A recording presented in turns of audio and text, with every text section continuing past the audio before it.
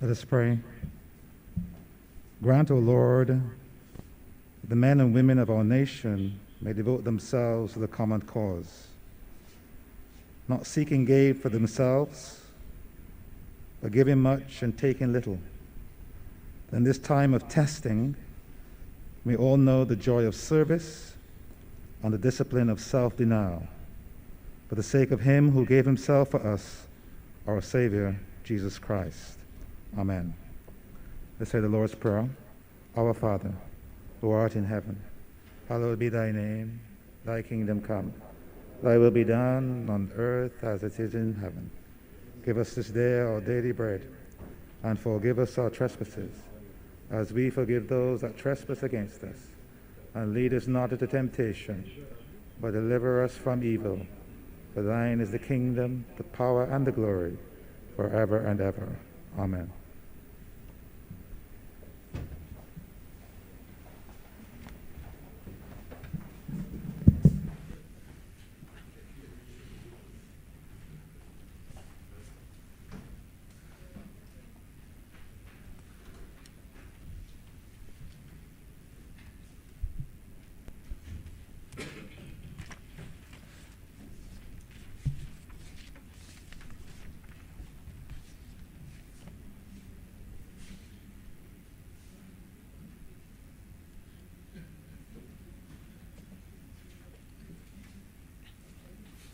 This House is in session.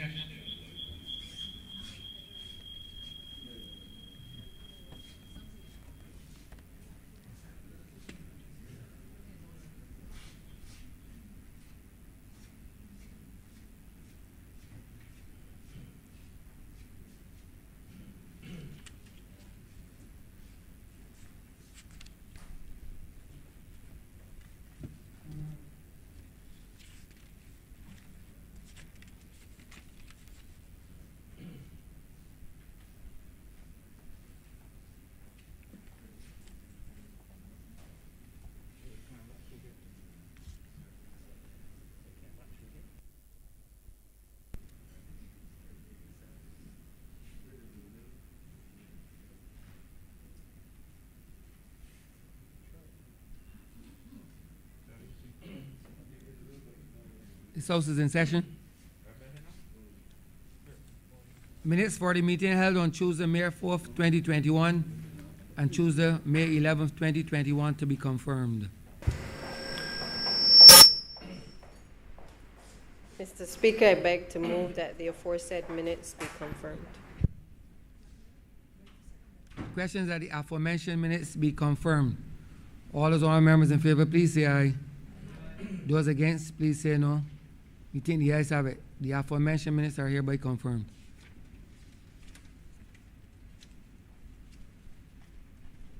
Announcements by Your Honour, the Speaker. I'm in receipt of the Auditor General's report for the year 2020.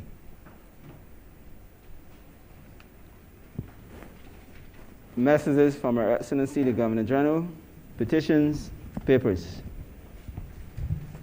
Mr. Speaker, I am commanded to lay the Pesticides Control Amendment Regulations 2021. Government notices, private members' notices, notices of questions, reports from select committees, first readings of bills. Customs. Customs bill. Mr. Speaker, I beg to move the first reading of the Customs Bill Customs Bill 2020. 2021. Second, please. Question is that the aforementioned bill be read the first time. All those honourable members in favor, please say aye. Those against, please say no. Me think the ayes have it. Statements by ministers, congratulatory and/or obituary speeches, personal explanations, motions for leave of absence, oral replies to questions, notices of motion for the adjournment of the House on matters of urgent public importance, orders of the day. Mr. Speaker, I beg to move the suspension of standing orders 6, 16, 18, 20, 42 subsection 5, 43, and 44 for the remainder of today's sitting.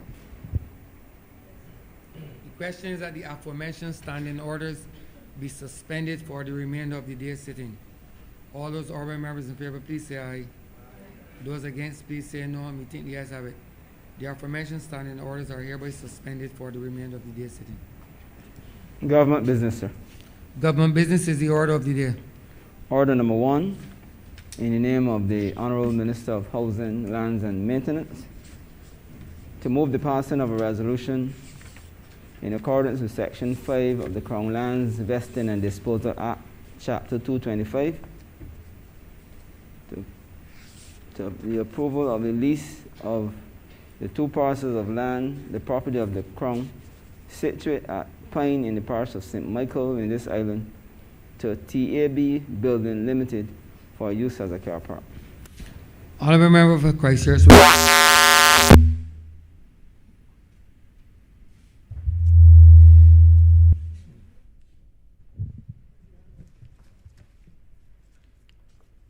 Thank you very much, Mr. Speaker. This, I guess I would have to refer to this as a new old matter. And it's interesting to suggest that it is a new old matter, but in truth and fact, it is. This is a lease that first started way back in 1995. Lease agreement dated September 1st, 1995, between the Crown and TAB Limited and the then now Life of Barbados Limited, which then commenced on September the 1st, 1995, and ended on August 31st, 2010.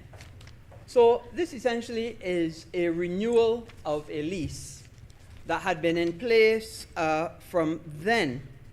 And at the time, it was first for 1 parcel of land. But subsequent to that, the then TAB building, which is essentially the car park behind that building on Calma Rock, I think it's Price Waterhouse, the Price Waterhouse building. They use the part behind, which is Crown land, as a car park. And from the 1995 period when the lease started to then 2010, they then came and asked government for an additional piece of land for a second car park. That lease then came to an end, and we now have to do a renewal for the 2 pieces together. So this is a new lease that covers an old matter. So essentially, what we're asking to do is to grant the lease of 2 parcels of Crown land, together measuring 3,916 square meters. One is 1,901 square meters, and the other 2,014.8 at Pine St. Michael to TAB Building Limited for the use of car park.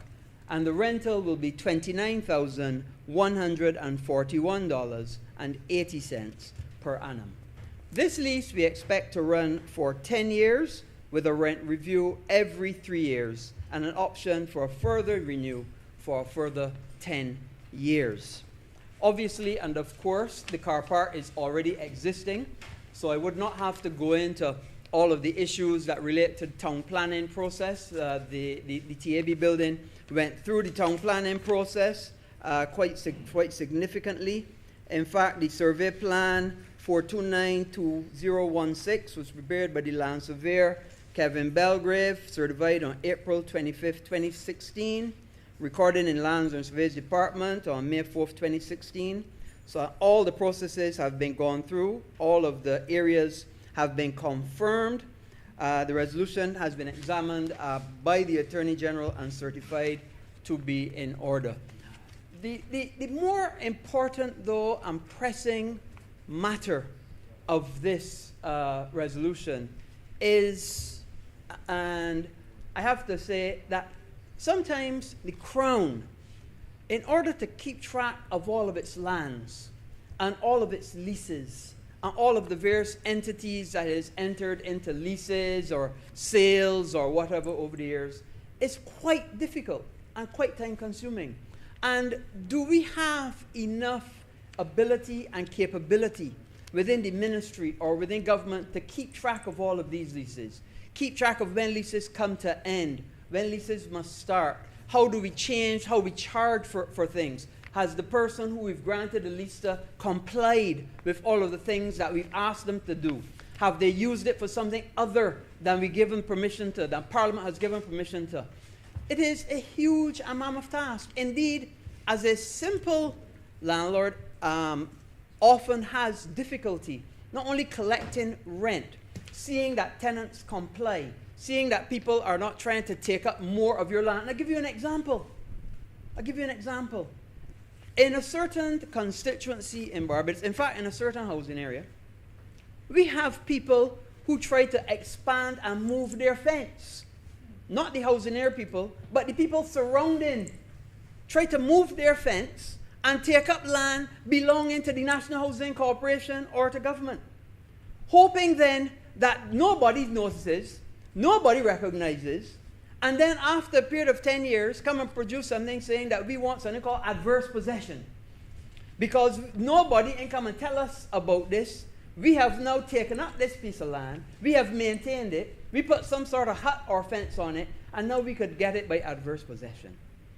This kind of thing is so important that we must not only monitor our lands, recognize where we have lands, we must maintain our boundaries, maintain the payments, see that people are totally compliant with what they're supposed to do, and manage these all over the country with all the Crown land, all the land owned not only by National Housing Corporation, but all the land owned by BADMC, BIDC, and all the other schools, and all these other things, because government, whether we like it or not, is the biggest landowner. And with the owning of land, not only comes the benefit of the land, but also comes a duty and a responsibility to maintain the lands that you own. And this is important. And it is something I think that we fall down on from time to time. And what we're doing in the ministry is we're trying to strengthen that. So those people who feel that they're going to come and put up a fence to try to take on some of the National Housing Corporation land, you got another thing coming because we go in court on that. And he who I speak of, I hope he's listening to hear what I am saying. Because I am not standing for people coming to take up what is not theirs and try to claim it. So to he who I am speaking, move that fence and move it quick, because otherwise we go in court. Mr. Speaker, as you know, I tend to be a very straight-talking person, straightforward, do not mix my words, and I keep to my word every single time, without exception. Without exception. And I first want the members here in Parliament to support this measure. It is a new, old measure. It is something that we've been working on in the ministry for quite a while, and I'm very happy to have had a chance to bring it here to Parliament so that we could get approval on it and to put this matter to rest. I know it's $29,000 per year. It's not a big amount for the amount of land, but you know what? It's $29,000 a year. I could build a house for somebody with that. So if we could put that $29,000 into the consolidated fund, that is money that a senior citizen could benefit from. Maybe in your constituency, Mr. Speaker. Maybe in mine. Maybe in St. Michael West. $29,000 a year. In 2 years, that's 2 old people. People who would have benefited, who would have given their all to this country, to build this country to what it is. Those people whose shoulders we now stand on to reach the heights that we have been able to reach. So, Mr. Speaker, with those words, I would ask that this resolution do not pass. Can I see?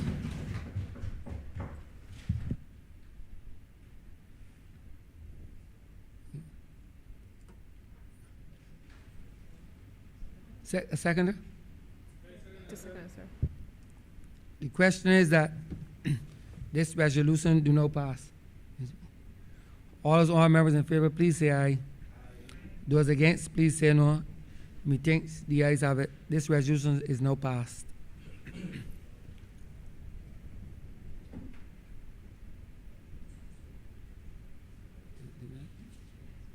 Yeah, no, order two.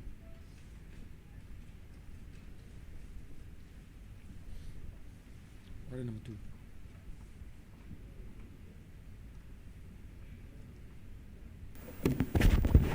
Order number 2, sir. In the name of the Minister of Housing, Lands and Maintenance, to move the passing of a resolution in accordance with Section 5 of the Crown Lands Vesting and Disposal Act, Cap 225, to approve the vesting of the Crown land situated at Lot A, Wildy, in the parish of St. Michael, in the island, with the buildings thereon, in the Caribbean Development Bank, a regional financial institution established by agreement dated the 18th day of October, 1969, for use as its headquarters. Thank you. All member for Christchurch West. Thank you very much, Mr. Speaker.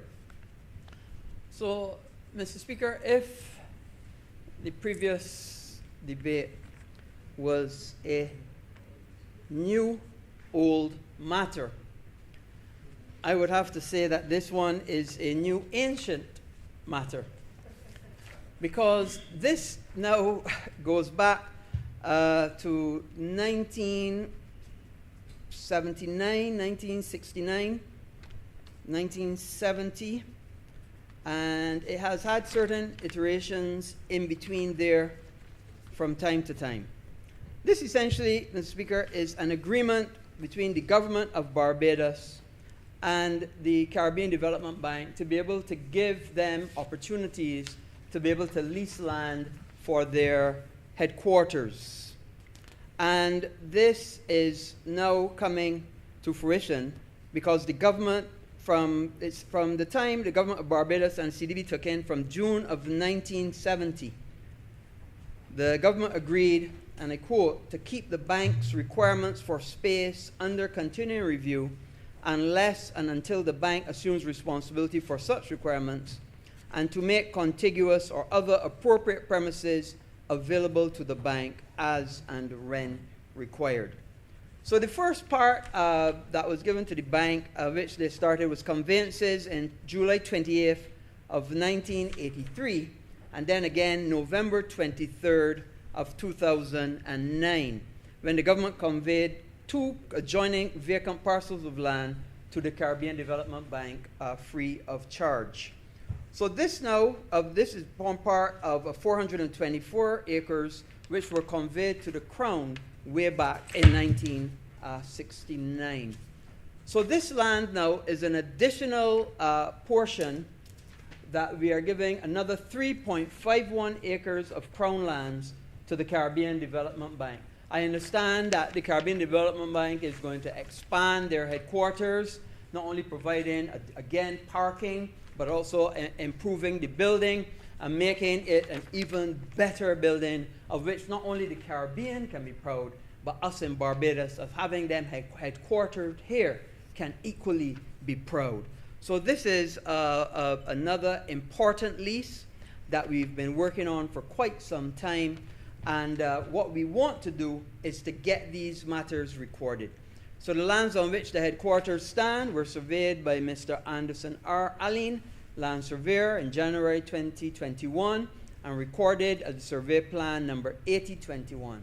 The land was found to contain a total of 14,193 square meters.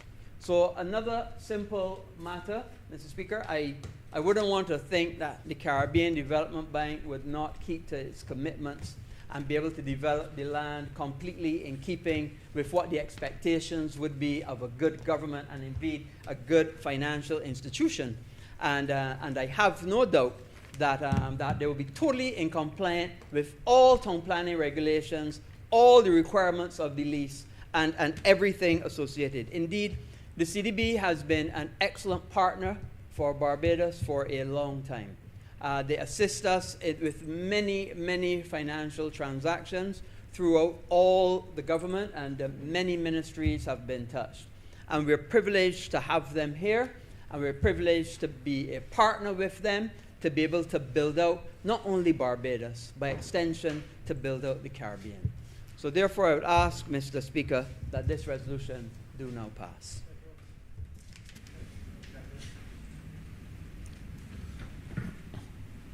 Honourable Leader of the Opposition. Thank you very much, Mr. Speaker. I think it is unfortunate that Parliament continues to send the signal to the Barbadian public that land policy is an issue of secondary importance in relation to other matters. Unfortunate that government and this administration presently continues to signal that land policy is pursued in an ad hoc fashion. We come here from time to time and we discuss, debate measures relative to land use. And the impression can easily be received by the onlooking or listening public that this is a matter of insignificance. We do it incidentally. Land matters come here as stopgaps, fill-ins on the parliamentary agenda. We have come here today on this, is it the 25th, Mr. Speaker, day of May, in the year of our Lord 2021, to sit for 10 minutes to consider two resolutions relative to the use of Crown lands. And we pass these resolutions and we go, not a done deal, not a parliamentary day, and that's it. I believe that governments in Barbados, that this administration needs to have a fuller, deeper appreciation for the importance of land policy and for the use of Crown lands over time in Barbados.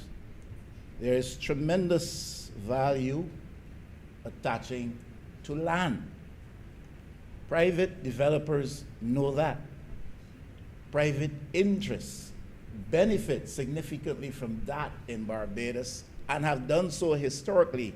It didn't start 3 years ago on the 25th of May. This has been going on traditionally, historically in our context, where private interests, sometimes narrow private interests, have significant benefits conveyed to them by how land is used and by how our land policy is formulated in this country. And they understand the value that attaches to land. They understand the issue of ownership. I've been saying for quite some time, and my voice has not been alone in that the business of ownership must be a primary, a principal concern of any government at any time.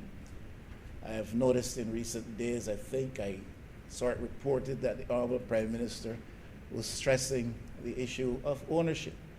And that must be in Barbados, where we have to bring, as a moral responsibility and as a principal obligation of government, the majority of people, as many as possible, into ownership in Barbados. Now, when you talk ownership, I think to a large extent, you're talking ownership of capital, but you're talking ownership of land, which constitutes a very important component of capital assets.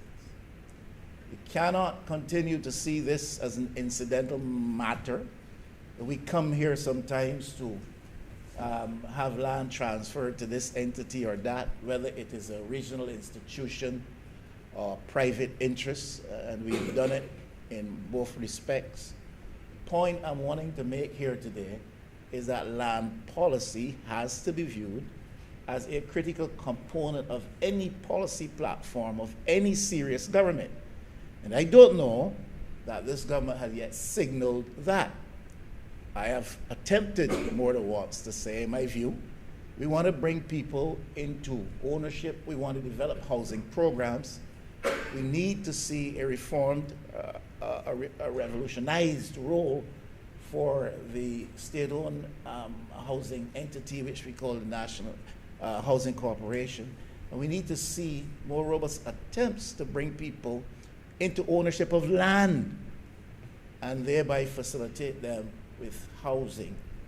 Now, if I am to make reference to government's recent awkward move of offering land to the public of Barbados, I think it was in St. James somewhere, and after people had expressed interest and actually took action to come into ownership, then to change the policy into something else. That in itself suggests that we're not sufficiently seriously appreciating the value of land and the importance of bringing people into ownership as quickly as possible. There's some who will, of course, dispute that, but I can only give you my view on the matter. And so I believe any serious land policy has to be driven by an appreciation and understanding of the value of land and the primacy of ownership, and especially ownership with reference to land. Land has been used historically in this country, and nobody has to tell us whether we're black or white. Land has been used historically in this country to monetize labor, in a context where that labor was free labor, in a context where that labor was slave labor. But over the years, land has been used to monetize labor in Barbados. That tells me, Mr. Speaker, that if you want, as a serious government, to empower and enrich your people, your country, your nation, you have to change the nature of the relationship between labor and the land. Right now, in the majority instance, labor in Barbados is disenfranchised and dispossessed with respect to land. And I would think that a principal obligation to any government, and especially a government awarded 30 seats in a general election, would be to try to change the nature of the relationship between labor and land in Barbados. The equation, as it has been historically, remains pretty much the same. The majority of those who constitute the working class in Barbados, majority of those who constitute labor in Barbados, are still dispossessed and not empowered when it comes to the business of ownership of land. So we have to see it as an important component of our mandate and a response to the needs of the country. As a government, we be one of the principal instruments, if not the primary instrument, in changing the nature of the relationship between labor and the land. Land has been used, Mr. Speaker, you know this well, to embellish capital in Barbados and to establish a platform of prosperity for those who become the beneficiary of ownership by whatever means in this country. We have embellished, we have facilitated the increase of the position of capital in this country by land policy, either by omission on the part of whatever administration ruled the day, or by acts deliberately, intentionally done by respective administrations. We have continued to help construct a platform of prosperity for those who are already in the land owning class. So we have built for them a bigger platform, stronger platforms. We have increased their means and embellished capital, while to a large extent still labor flounders.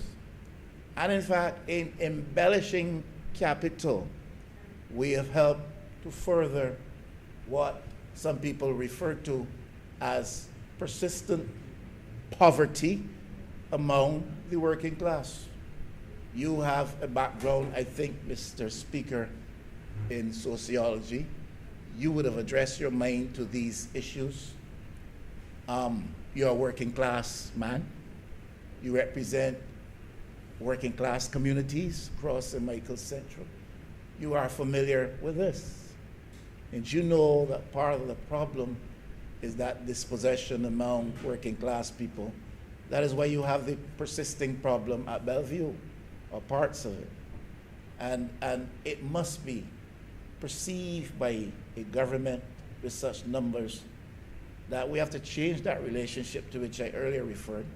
We have to realize that a lot of what we do facilitates the further platforming for prosperity of a class which is already significantly beneficiaries in respect to ownership of land.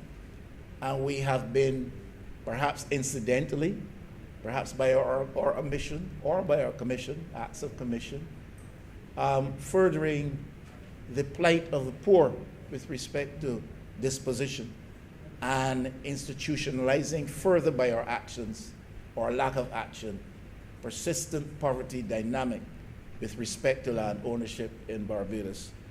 These things are true. We have land used in this country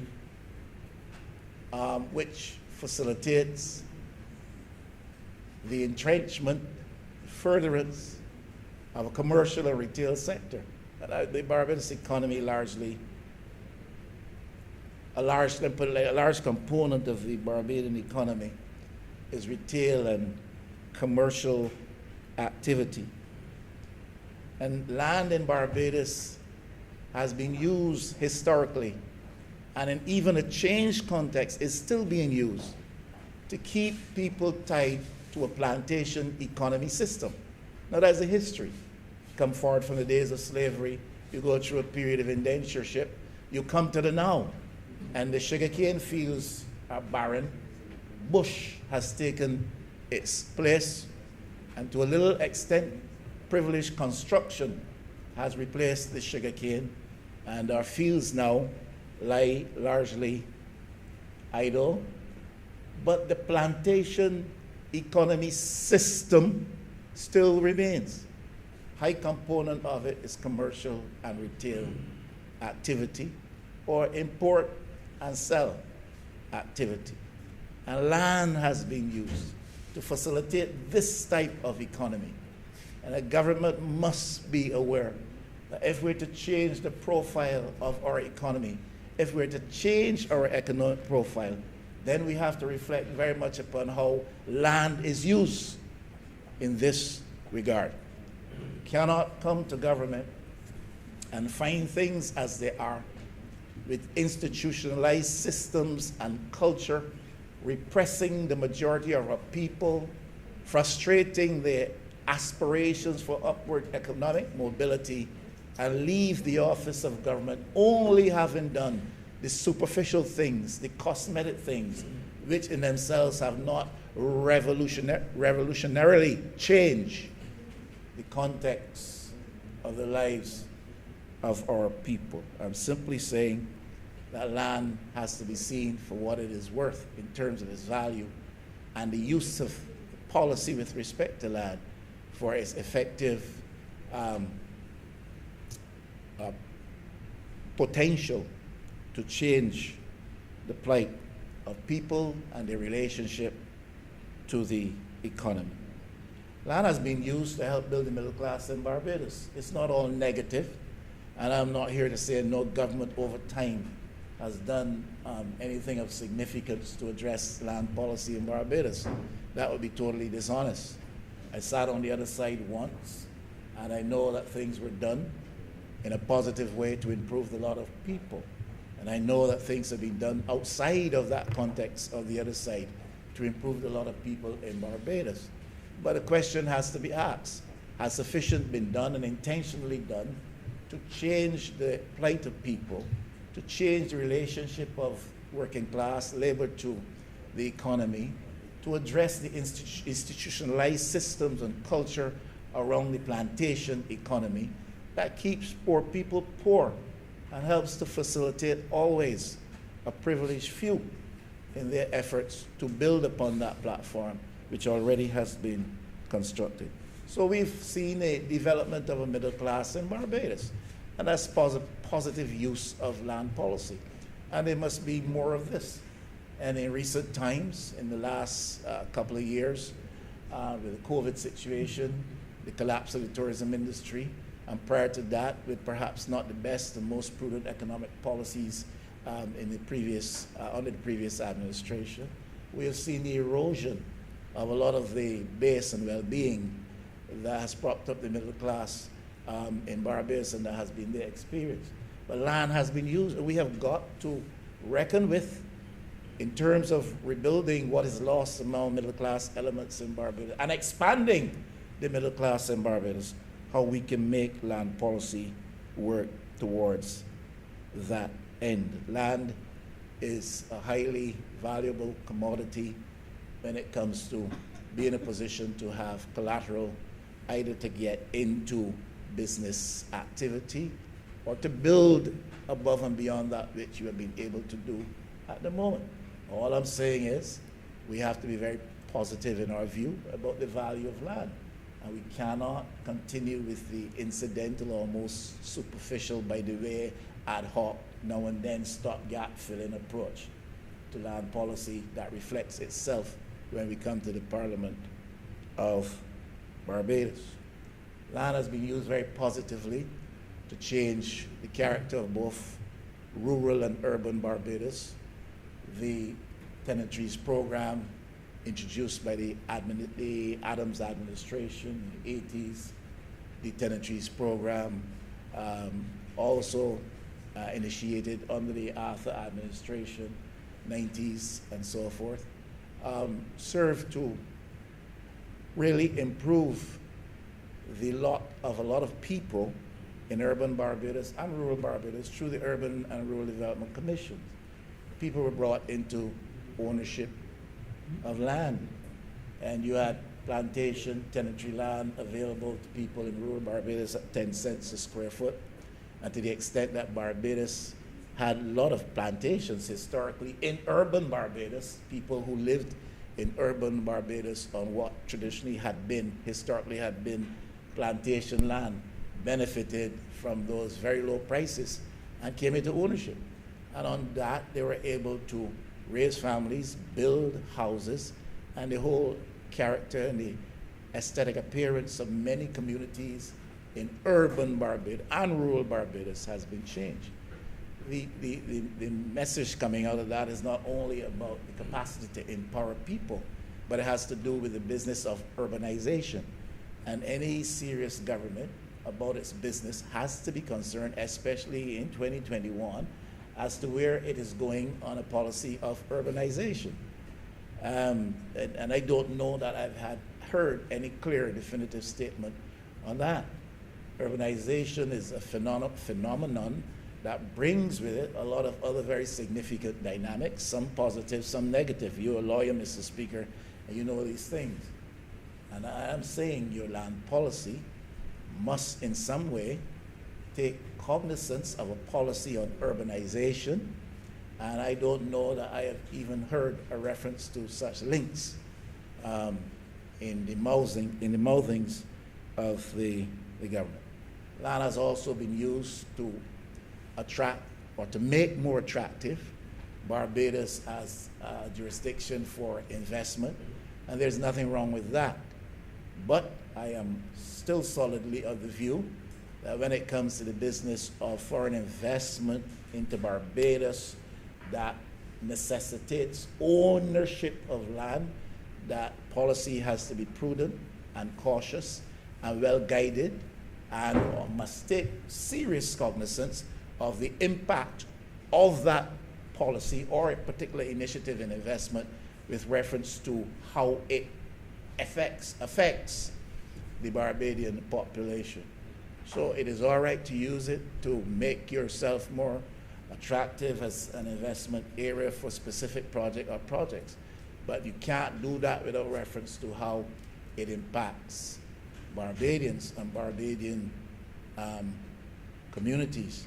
You know, I still wait to see what happens in the Bay Street, Nelson Street, Bridgetown area once we see the Hyatt development, if it ever takes place, once we see it take place, and whether other investment along that corridor comes, what is going to be happening with reference to those who have been residents of the surrounding areas. And of course, many of them have been living in not the best of social economic conditions, been living the plight of the poor.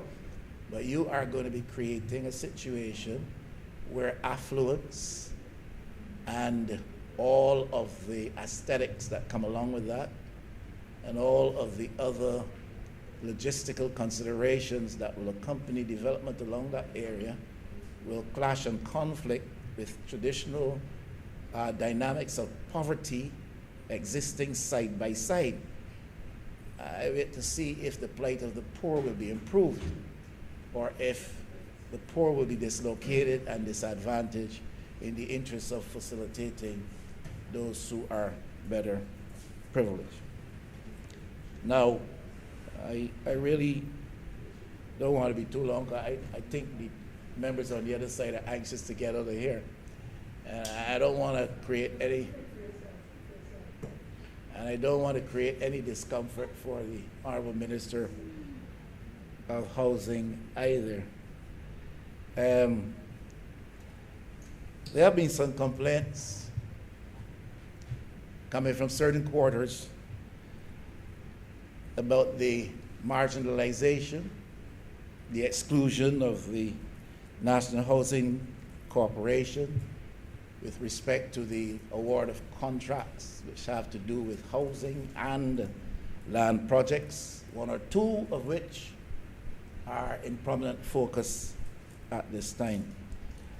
And complaints have come from over there as to the role of the National Housing Corporation and the fact that it seems to have been marginalized in recent times. The complaints have come from over there, Mr. Speaker, over there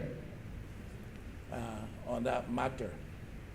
I have raised a question with respect to the HOPE project ongoing and the role of the National Housing Corporation, which I still think needs to be further and better clarified by the principal spokespersons on the other side on matters of housing and land development. But it would seem as though that the NHC has resiled itself or has been dismissed as an entity of importance with respect to the business of overseeing, managing government lands, award of contracts, etc. The minister, Honourable Minister, in recent times caused me to be a little bit confused because I heard him in trying to explain the circumstances around the award of contract for the HOPE project suggests that Rule 239 was used because we had an urgent situation. We have high unemployment in the country as a result of the collapse of the tourism industry. We need to put people back to work urgently, so you can't hang about. On a point of illustration, Mr. Speaker. Honourable Christchurch West. Sorry to stop the honourable member in full flight, but I made it clear that Rule 239 was not used. Was not used. Not it was used. Was not used. And hence my confusion, Mr. Speaker, because I heard the minister explain that you had to make recourse to Rule 239 in a situation where it was urgent and you had to get people back to work. I heard that. But then subsequently, I heard the minister say On a point of Rule this again, Mr. 239 Speaker, was not used. clearly, Honourable Officer. yeah, clearly the honourable member is relating to something that was on brass tacks. So basically, the person, the moderator, was suggesting that Rule 239 was used, but they obviously had made an error, and probably this is what has added to the confusion of the honourable member. So Rule 239 is used in certain circumstances. What comes to mind is the rejuvenation project, which we had to get moving very, very quickly, which this honourable House would have approved monies for. But with respect to the housing program, it was not used. And all I'm saying is that, Mr. Speaker, I'm confused because I heard the honourable minister who just spoke say Rule 239 is used in certain circumstances, one of which is a circumstance of emergency or urgency. And tell me, these were in effect his words, tell me, if you have got all of these people unemployed, what constitutes a situation of urgency more than that? So I heard that. And then subsequently I heard him to say that it was not used. So hence my confusion. And all I'm saying is I'm confused. That's all I'm saying. And yes, that is true. That is quite easy. That is quite easy to do. But I suspect that there are a lot of other people who are equally confused, and it's not so easy to confuse some of them. But when you stress, if this does not constitute an urgent matter, then what does? I don't know that has been clarified. I'm even more confused now. That's easy to do, as was stated. But since the minister wants to be combative today, let's stay for a while. I'm not going to sit down so quickly again, Mr. Speaker. Let's stay for a while. And so, a voice from over there I heard complain in this very chamber about perceived marginalization of the NHC and its role. And I still think that that is an issue, and it needs to be better clarified by the Honourable Minister, who always speaks with a very honest voice. That needs to be better clarified as to the role of the NHC. I have a view that this administration has embarked upon a policy which was applied to politics, is now being applied to government, of what I call parallelism.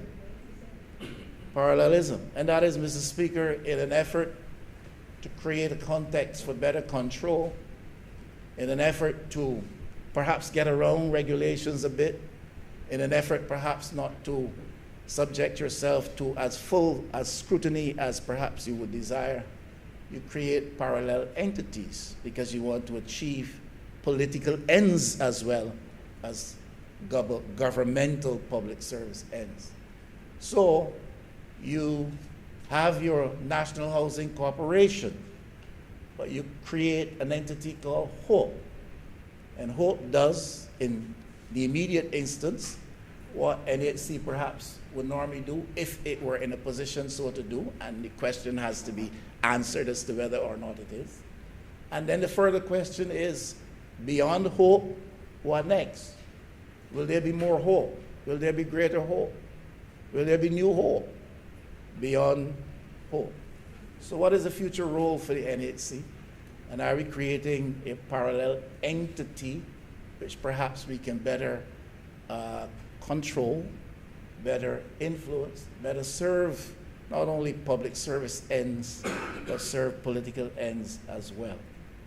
If you make reference to the establishment of a public affairs bureau, the same conclusion is arrived at. You got a government information service, but you've created a public affairs unit. Yes, sir. Honourable Member. Yes, sir. Please stick to the issue relative to land, please. And I'm sticking to the issue, very clearly sticking to the issue. And the issue is, are we creating a parallel entity that relieves the NHC of its functions? And are we creating an entity that we can better manage towards our own ends, whether they're public service-oriented ends, people-oriented ends, or political-oriented ends? That is what I'm speaking to.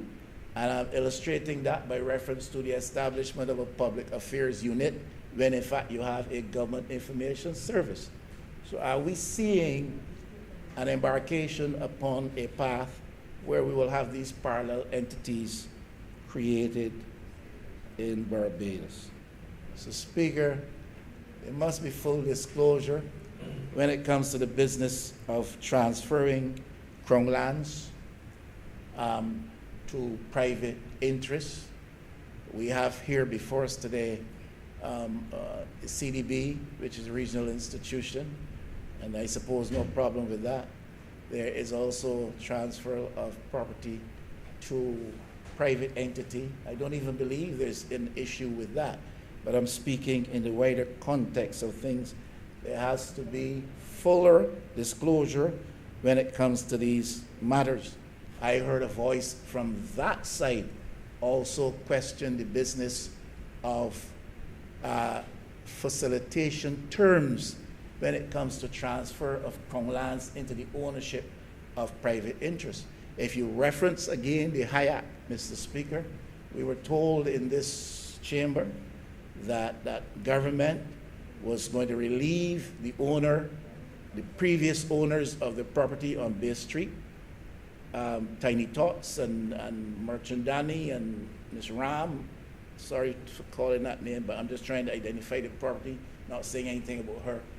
We were told that the tourism sector, one of its entities, was going to take over that property and then have it transferred to private interests.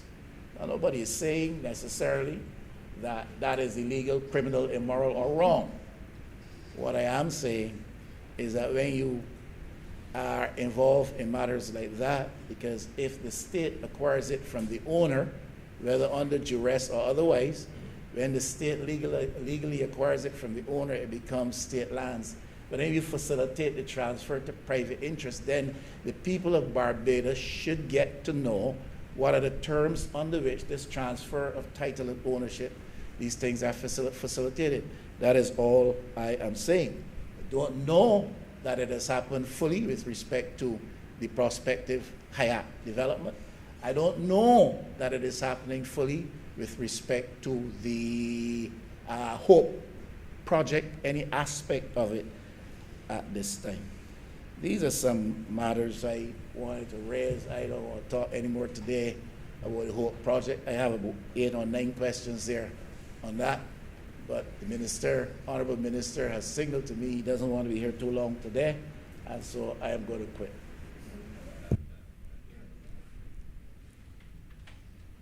Honourable for saying James Central. Mr.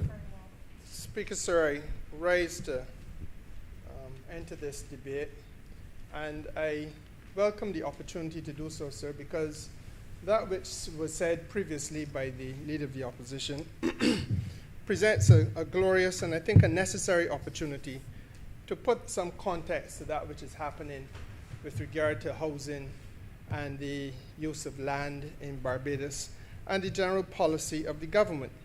It also helps, Mr. Speaker, sir, for us to perhaps clear the air and remove the fog from the memories of fellow Barbadians, clearly one of whom sits in this chamber, who perhaps, sir, have forgotten in the last 3 years, and I can understand there's so much being done.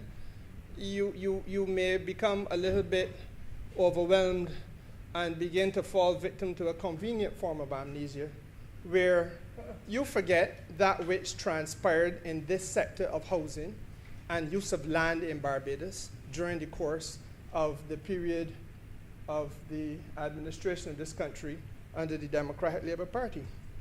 And it is all too easy, sir, for people to expect that almost by the wave of a magic wand, you can set all the wrongs right and make perfect that which was completely imperfect when once we came to office 3 years ago. I believe, sir, today is the anniversary of the first day that we would have been in government. Mr. Speaker, sir, the reality is this, that there is a context to the concerns that are raised. The Honourable Leader of the Opposition spoke, for example, to the need for there to be changes in the institutional structure. And in that regard, he spent some time talking about the ease of access to land and, in general terms, financing. And, you know, Mr. Speaker, I could not agree with him more. But let us also face the reality of what had to happen and what was done. Because there is a holistic view that has to be taken of any approach by any government to policy. When we came to office, sir, one of the first things that we did, and I believe I'm correct in saying it may have been on the first sitting of the House, the Minister of Education would have sought to begin the process of making sure that Barbadians were once again able to return to University of the West Indies in circumstances where government was going to cover their tuition costs. And Mr. Speaker, so what is the relevance of that to this? I stand in this House, Mr. Speaker, as a Barbadian who was able to take out a mortgage, not because of any connection I had to a financial institution, but I was able to take out a mortgage at age 26, Mr. Speaker, sir, my first mortgage, by virtue of the fact that when I presented myself to the financial institution, I held qualifications. And the projection was, well, if you are practicing law and you are a professional, then you are going to be in a category that you should be able to pay back the $3,000 a month that that mortgage was at the time.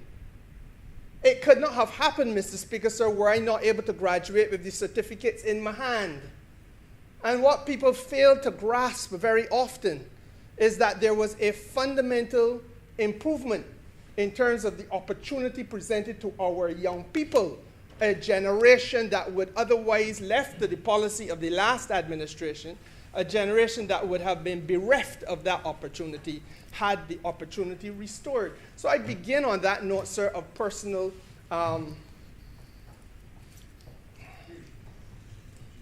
I begin on a note, sir, of sharing that personal experience, because it is obviously not only near and dear to me, but it stands without contradiction as being the opportunity or the doorway to opportunity that is presented to several others in this country. Now, Mr. Speaker, sir, the honourable member, and I thank him, I genuinely thank him for raising some of these matters, because, as I said, it allows us to have a serious engagement. And we are in no hurry to go anywhere. The reason why I get up to speak today is because I want to engage on this. Land policy, Mr. Speaker, sir, again, one of the first things that this Barbados Labour Party government committed itself to. I remember well, within the first week or two of the life of this administration, sir, the Prime Minister of Barbados made it clear that we were going to change, and in fact, within 6 months, did bring a new Town and Country Planning Act to the Parliament of Barbados. And that piece of legislation, sir, speaks directly to the issue of land use policy. And what is it that is at the core of that which we are trying to do, above and beyond facilitating business? But how does it strike to the heart of the ordinary man, sir? It strikes to the heart of the ordinary man because I, at the time, would have been in the Ministry of Tourism. I would have seen, sir, the investors come, happy to breathe fresh air, because of the fact that they were terrorized under the last administration. Men were running for cover because to appear with a project meant that you might end up, sir, in the end of the day, expending the equivalent of 3 projects. And they came, sir, to a new administration, and they want to speak the language of how you can make investments. And the thinking at the time was, and has always been in Barbados, that we're doing investments laterally, as though we're going to find more and more and more land on an island of 166 square miles. This administration recognized up front that there was a need, Mr. Speaker, sir, to break the barrier and go where we had been all reluctant to go before, and to raise the levels at which you can build. So, for example, a hotel. Instead of a hotel having to take up an extra acre or two, the hotel, sir, can go vertically, and you, instead of stopping at six stories, people were making applications to the town planning department for 11 and 12 stories, sir. I don't function in that ministry, so I can't tell you the status of all of those applications, but I can tell you, sir, that prior to COVID, that was the language that was being spoken about by tourism investors in Barbados. How does it help the ordinary man? It is a land use policy intervention that makes sure, therefore, that there is an opportunity to have maximum utilization of a small footprint for a hotel, and at the same time, have land available for other developmental purposes, for example, housing in the immediate vicinity of the hotel. I have said on the floor of this House repeatedly, it is one of the characteristics that separate us, sir, and distinguish us in the Caribbean as a whole. If you go to Jamaica, you will find that there are hotels and that they are segregated from the communities, especially north of Jamaica. Behind tall walls, you will find the hotel, and people are far, far away. I have seen it with my own eyes, sir. Security guards and police officers armed M16 automatic assault rifles. Not so in Barbados. If you go to the Dominican Republic, you see it too. Because, Mr. Speaker, sir, there is not an easy compatibility and a natural flow between the society and the people of the country and the hotel product of the country. In Barbados, Mr. Speaker, sir, people walk out of sandals and they walk across the road to Oystins on a Friday night. That's been our experience. Same thing on the west coast of Barbados. All along the west coast, you will find ordinary Barbadians sitting in a rum shop. John Simpson's place there, so in Fitz Village, Mr. Speaker, Wendy's Snack Bar. And that is where all the Englishmen will go, having left a luxury hotel, and watch a little football on a Saturday and a Sunday and a Friday, Mr. Speaker. Reality is that that easy flow is facilitated, but the important point that the Leader of the Opposition raises but does not contact with is that it is an achievement made by this government. So don't stand here now and say that you haven't heard anything about land use policy, when one of the first things we did was to create the town and country planning legislation that facilitated the same land use policy.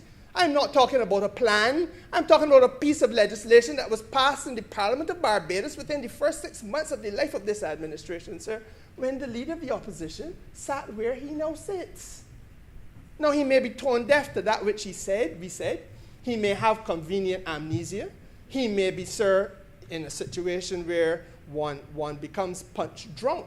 And if he had to sit down home on Sunday and look at the range of successes that were presented to this nation in our 3-year report, if I was Leader of the Opposition, I too perhaps would be a little punch drunk to come in here this morning. The body blows would have most men wobbling.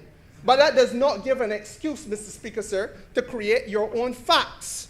And the fact of the matter is that beyond that, this administration is the first administration in the history of this country, sir, to bring to bear a requirement that investors don't just come and ask for concessions, but that investors must also have some planning gains imposed upon them. So that when you are coming here, sir, to do whatever it is that you propose to do, it is this administration that is saying to you, no, we can help you, but at the same time, you've got to help those people who are mostly in need. It may well be that some of the land that we are going to ask you now to assist us in purchasing is land to do development in a fish market setting, or land to do investment, development in a sporting facility setting like pavilions and so on. Or equally, sir, it may be that it is land so that we can develop housing for poor people in Barbados. But that is part of what has been happening in this country for the last 3 years. I have sat in this parliament and I've heard the leader of government speak to it. I've sat in this parliament and I've heard the honourable member for St. Michael's South Central speak to it repeatedly, Mr. Speaker, sir, in her capacity as minister responsible for economic affairs. So it cannot be new to the leader of the opposition. It cannot be something that he is unfamiliar with, that we have introduced this system of planning gains. And indeed, at the same hayat that he speaks to, sir, at the same hayat that he speaks to, there have been a number of planning gains attached to that development so as to enable poor people in the constituency of the honourable member for the city and in the constituency of the honourable member for St. Michael's South to be able to benefit, sir, from assistance that they would not easily otherwise in the financially difficult circumstances confronting this country be able to benefit from. I don't speak, sir, about a plan. I'm speaking about that which is a reality. It is a practice that has come about during the course of the last 3 years. So I look across at the leader of the opposition, I see him bow his head and his shoulders slump under the weight of reality that is now being brought to bear on him. But I don't feel any sympathy, for he should have done research before he got up to speak. He should have done research before he got up to speak. It is an elementary error that he has made, sir. And I go further. You know, Mr. Speaker, sir, he talks about ownership. No. There's not been a government that has brought an aggressive housing program like that which the honourable member is now trying to pilot through Barbados. And I hear the talk about the whole program, and the honourable member will wrap up this debate. I am not going to speak to it for him. But I will say this. Nobody came to my constituency before with a program for housing like how the honourable member for Christchurch West has done. Lancaster, St. James, in fact, that same piece of land, sir, was the source of an allegation of outrageous corruption under the last administration, where it was supposed to have been taken and then resold on instruction from a minister, and that is part of the records of the Public Accounts Committee of the House of Assembly of the Parliament of Barbados. Sold at a price that was ridiculous on the instruction of a minister, Mr. Speaker, sir. But that's what the evidence before the Public Accounts Committee is saying, and the Public Accounts Committee is a document of the House of the Parliament of Barbados. The leader of the opposition must know that. So that I have to defend what happened in that Lancaster, because there's 200 houses being brought to the constituency of St. James Central. I don't expect to get all 200, but I told the honourable member for Christchurch West that there has to be a satisfactory ratio. Has to be. But Mr. Speaker, sir, he didn't stop there. He has gone, sir, to Christchurch, Chancery, where's that? Christchurch East. How many up there? 260 odd, Mr. Speaker, sir. Where have we been hearing about that level of housing development before? And nobody expected it to come about in the context, sir, of the aftermath, not the aftermath, the enduring of COVID. Nobody expected it to come about in the aftermath of the Holocaust of the last decade of the Democratic Labour Party. Yep. What we heard about, or what we inherited, and what the leader of the opposition campaigned against, but seems now to have conveniently turned his mind and forgotten about, is the fact that the National Housing Corporation that this government inherited 3 years ago, sir, was technically bankrupt. 140 odd million, if not more, in debt, Mr. Speaker. Still in that dire situation. And yet still we are finding creative ways of making sure that we find housing for the people of Barbados. And I'm going to sit down here and stomach this thing about value being attached to land and government not understanding, and that there's need for a land policy. There is a land policy, and the land policy is being unrolled, and that private enterprise has partnered with government may stick in the craw of some people of Barbados. But I go further. It isn't just that private enterprise has partnered with government. It is that government has partnered with private enterprise in order to make sure that people who were otherwise shut out now have an opportunity. I am not going to be part of the historical revisionism in this country, Mr. Speaker, sir, because I sat as part of the Public Accounts Committee of Barbados and heard witness after witness come and explain how a cabinet, not the National Housing Corporation Board, but a cabinet determined that certain contractors in Barbados were going to build high-rise houses. I heard the evidence and I saw the evidence, sir. It's part of the records of this house. And we don't have to call the names of the contractors. We know that all of them. And I ain't got nothing against the white people who benefited. But I am going to say, if you're going to come in here and talk about value attached to land, then also talk about the fact that it was this government, and only this government, that made sure we created a cooperative to build together a set of artisans and contractors in Barbados for the first time in the history of this country. And after that was done, it was this government that no sooner they were created, handed them a job. I believe the first job that they would have gone is at Springer School to do repairs on that. So the record of this government, sir, is not that you're taking everything and putting it into the hands of the too few, but that, Mr. Speaker, sir, you're trying to create a category of people who are then in a position to compete in a marketplace and get access to business. I believe it is true to say that the Honourable Member for Christchurch West had then opened up with regard to the Who building under Hope and other projects, because the Hope projects are not the only one, open up an expression of interest to all. And that same cooperative is part of the people who would have been earmarked to do work in this country.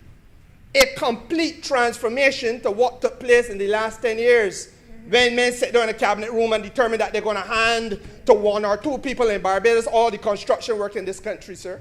I know all of a sudden I'm hearing it getting muddled, as though people have forgotten that which this government has been doing and how we had to intervene and try to set right the balance. And you know, Mr. Speaker, it's not an easy thing either, because the worst thing you can do is to intervene in too heavy-handed a way and create instability in this society at this critical time when all we have to be holding together, because Barbados, sir, is under unimaginable and unprecedented amounts of pressure. So you have to intervene and make sure that you right-size the ship and that you create fairness where no fairness existed before. Well, Mr. Speaker, sir, yes, in pursuit of that equity, however, you can't unfair people either. But I want to hear from the Leader of the Opposition what his policy would be. Don't get up here and just point to every imaginable ill that you can find blowing in the wind. What would you have done differently, if anything? You know, Mr. Speaker, sir, you can go on and on. He wants to talk about land use policy. On Friday last, the Honourable Minister of Agriculture chaired a meeting. The Honourable Member for St. Michael South Central was part of that meeting. I was part of that meeting, and there were 2 other members of the Cabinet, where we were looking at the same land use issue, sir, with regard to agriculture and its balance with the effort to renewable energy. And why? The Honourable Member wants to talk about policy, but he does so in a vacuum and in a vapid way. And it is unfair and unfortunate, unfair to the country and unfortunate. Because, Mr. Speaker, sir, you're sitting in an office which is constitutional. And with that should come an element of responsibility and gravitas, seriousness. Because, sir, you can't just raise an issue and not speak to the consequences or what you would see as the policy alternatives. We, sir, are confronted with a country that on an annual basis, at a minimum, will spend $450 to $500 million in foreign exchange to import petroleum product into Barbados. And on a difficult year, when there's conflict in the Middle East, Mr. Speaker, sir, we will spend as much as $800 million to import petroleum product into Barbados. There has to be a harness brought to that kind of a runaway expenditure. The only solution is to have a movement towards renewable energy so that we can be in control of the costs as much as humanly possible of the current that we use, the energy we produce and consume. But, Mr. Speaker, sir, to do so, You don't just wave a wand. The renewable energy effort has to be understood to be one that will require the use of the photovoltaics on people's roofs, etc., and equally, there must be photovoltaic farms. We are going to have that. Now, sir, how does it coexist with agriculture? Because while the use of the sun for a photovoltaic farm is a land-thirsty exercise, equally land-thirsty is agriculture. Equally land-thirsty is housing. And Mr. Speaker, sir, Barbados is not getting any bigger. So the serious people in policy don't just get up and say there's a problem. Serious people in policy engage on the problem, find solutions and discuss options about the problem. Not so the Honourable Leader of the Opposition in Barbados. Not so this Honourable Leader of the Opposition. He is a disappointment, sir, some say, because that seat has been held by giants. Tom Adams held that seat. Owen Arthur held that seat. Prime Minister Barbados now held that seat. For us to have a leader of the opposition sitting in that same seat, but offering nothing to the country, it saddens me. But, Mr. Speaker, sir, that notwithstanding, we have to have the discussions. And if the honourable member wants to talk about land use policy, then these are the things that the government is engaging on, not in itself, by itself, but engaging on with the wider society. So that there's nobody in the agricultural sector in Barbados that does not know that there is a serious effort afoot to find a way in which we can have efforts like raising sheep coexist with renewable energy and the placement of photovoltaic farms. There's nobody in agriculture now who does not know that we are engaging with that sector in terms of how we can use wind energy and have it coexist with sugarcane production. There's nobody in Barbados now, Mr. Speaker, sir, who does not know that with a view to making sure that housing and people who own houses are given a better opportunity in terms of paying their capacity to pay their mortgage. That you are now having discussions with the financial community to use the roof of your house, Mr. Speaker, sir, to locate the photovoltaic energy and then sell back into the grid, putting you in a position where you have a little extra money to pay off your mortgage. There's no serious person in Barbados who's that aware of that. And Mr. Speaker, you know, as I listen to the honourable member, again, what saddens me is the part when he called for change in institutional structures.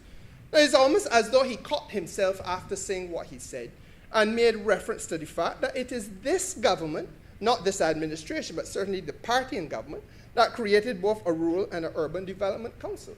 But you can't come here now to preach to the converted. We do not need, Mr. Speaker, sir, to be lectured by those who have run away from us on the fact that we did that which we have done.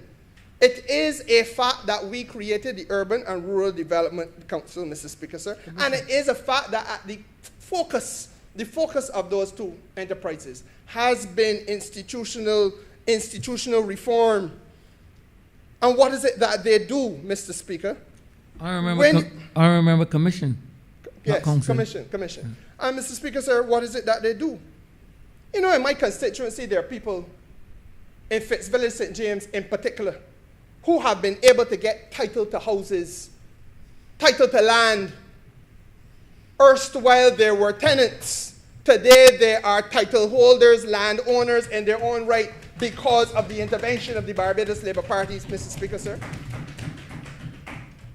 That's a reality. There are people in Barbados today, Mr. Speaker, sir, who live in National Housing Corporation units that are holding title to the units because of the intervention of this particular government and administration, sir.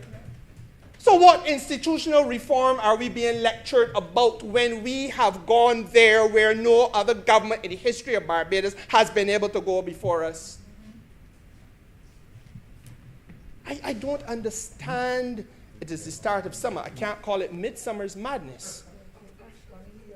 I don't understand it, Mr. Speaker.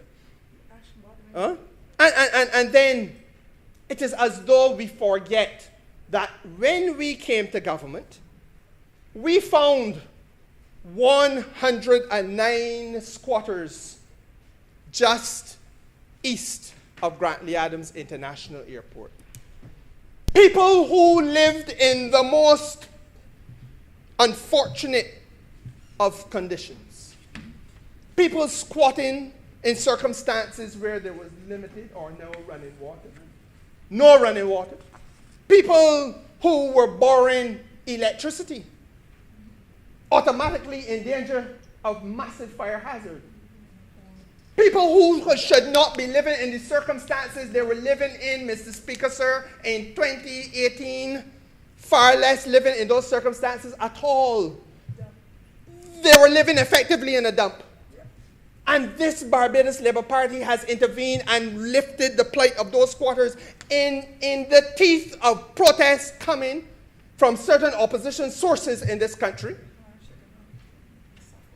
in the teeth of the harshness of the economic circumstances confronting Barbados.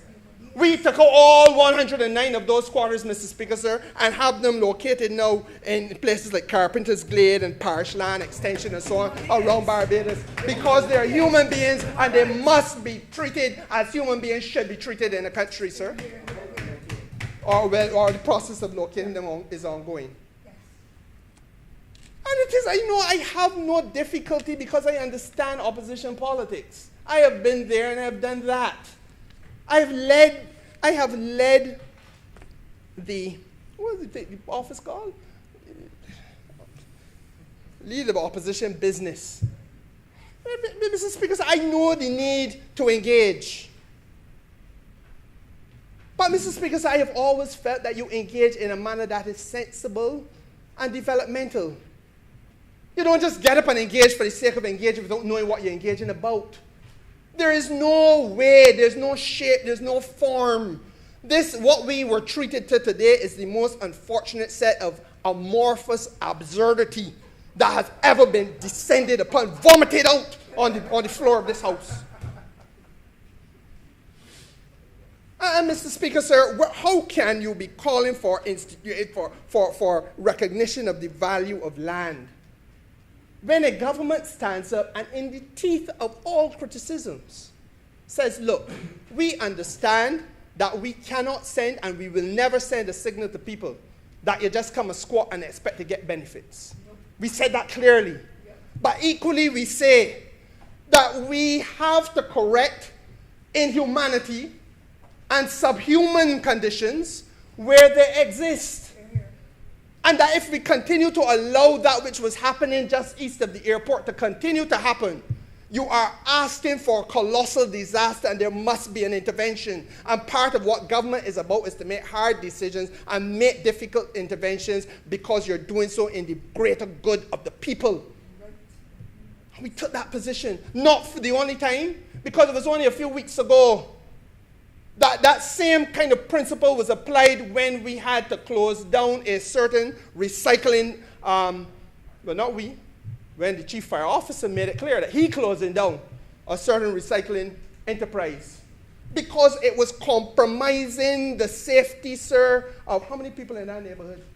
A couple hundred people, and maybe by extension, a couple thousand. And you have a whole district like Melrose and surrounding areas, Mr. Speaker, sir, being threatened. And the chief fire officer said, look, I have a duty. And government, Mr. Speaker, has a duty equally to respond. Difficult circumstances. Why difficult? Because a lot of that which was stockpiled then had to be taken and put back into the metal dump in Bagatelle, in my constituency, Mr. Speaker, so it's difficult for me. I had to say any matter because it's a public health issue, an environmental health issue. And the only assurance I've been given, Mr. Speaker, sir, is that there will not be any hazards to the neighborhood and that it will be compacted and buried as such as was intended from the time you had a metal dump down there. The honourable member has 2 more minutes. So, Mr. Speaker, sir, I understand and I appreciate those honourable members who had to do that which they had to do. And I think the people of the constituency understand and appreciate that that is the purpose of a metal dump, and it goes back to its original purpose. If they are not threatened by anything hazardous environmentally, all can be well. But we have a duty, Mr. Speaker, sir, to be responsible. And in the use of land in a land-scarce country, these are the very real and mature and serious considerations that have to be borne. These are the deliberations, sir, that the House should be engaged in. Not to come in here and make snide comment about how members want to go along early. Every member in here, Mr. Speaker, I'm sure wants to engage on this matter because this matter is at the heart of what governance is about. Not posturing, not, Mr. Speaker, sir, coming across as though you have suddenly discovered that which all people who are familiar vaguely with the history of this country know, that there has been a use of land policy to humbug working class people. But talk about what you now see in part of your current affairs, man. Part of your current affairs, most recently, the last 3 years specifically, tells you that there is an administration that has brought light where darkness previously existed. That is an administration that intervened where people did not have the testicular fortitude or the intestinal fortitude to intervene. That is an administration that applied itself mentally to find solutions, Mr. Speaker, sir. And that part of those solutions lie in the things that I have outlined to this House just now. So that when investors come here and say that they got pockets stretching down to the ankles, we say to them, fine, you can be facilitated, but you're going to be facilitated if you help carry along some of the working class people in Barbados, because they must not be left looking on. They must be part of the inclusion. Mr. Speaker, sir, talk about the fact that you're sitting in a parliament that renewed a Town and Country Planning Act that was older than the Prime Minister. That was fit for a purpose when we were a colony. Those are the things that we have to talk about, Mr. Speaker. Not just to come here and make noise and hope that you would catch us a headline and then go downstairs and fire a liquor. All remember, it's time to wrap up, please. I will wrap up on your command, Mr. Speaker, sir.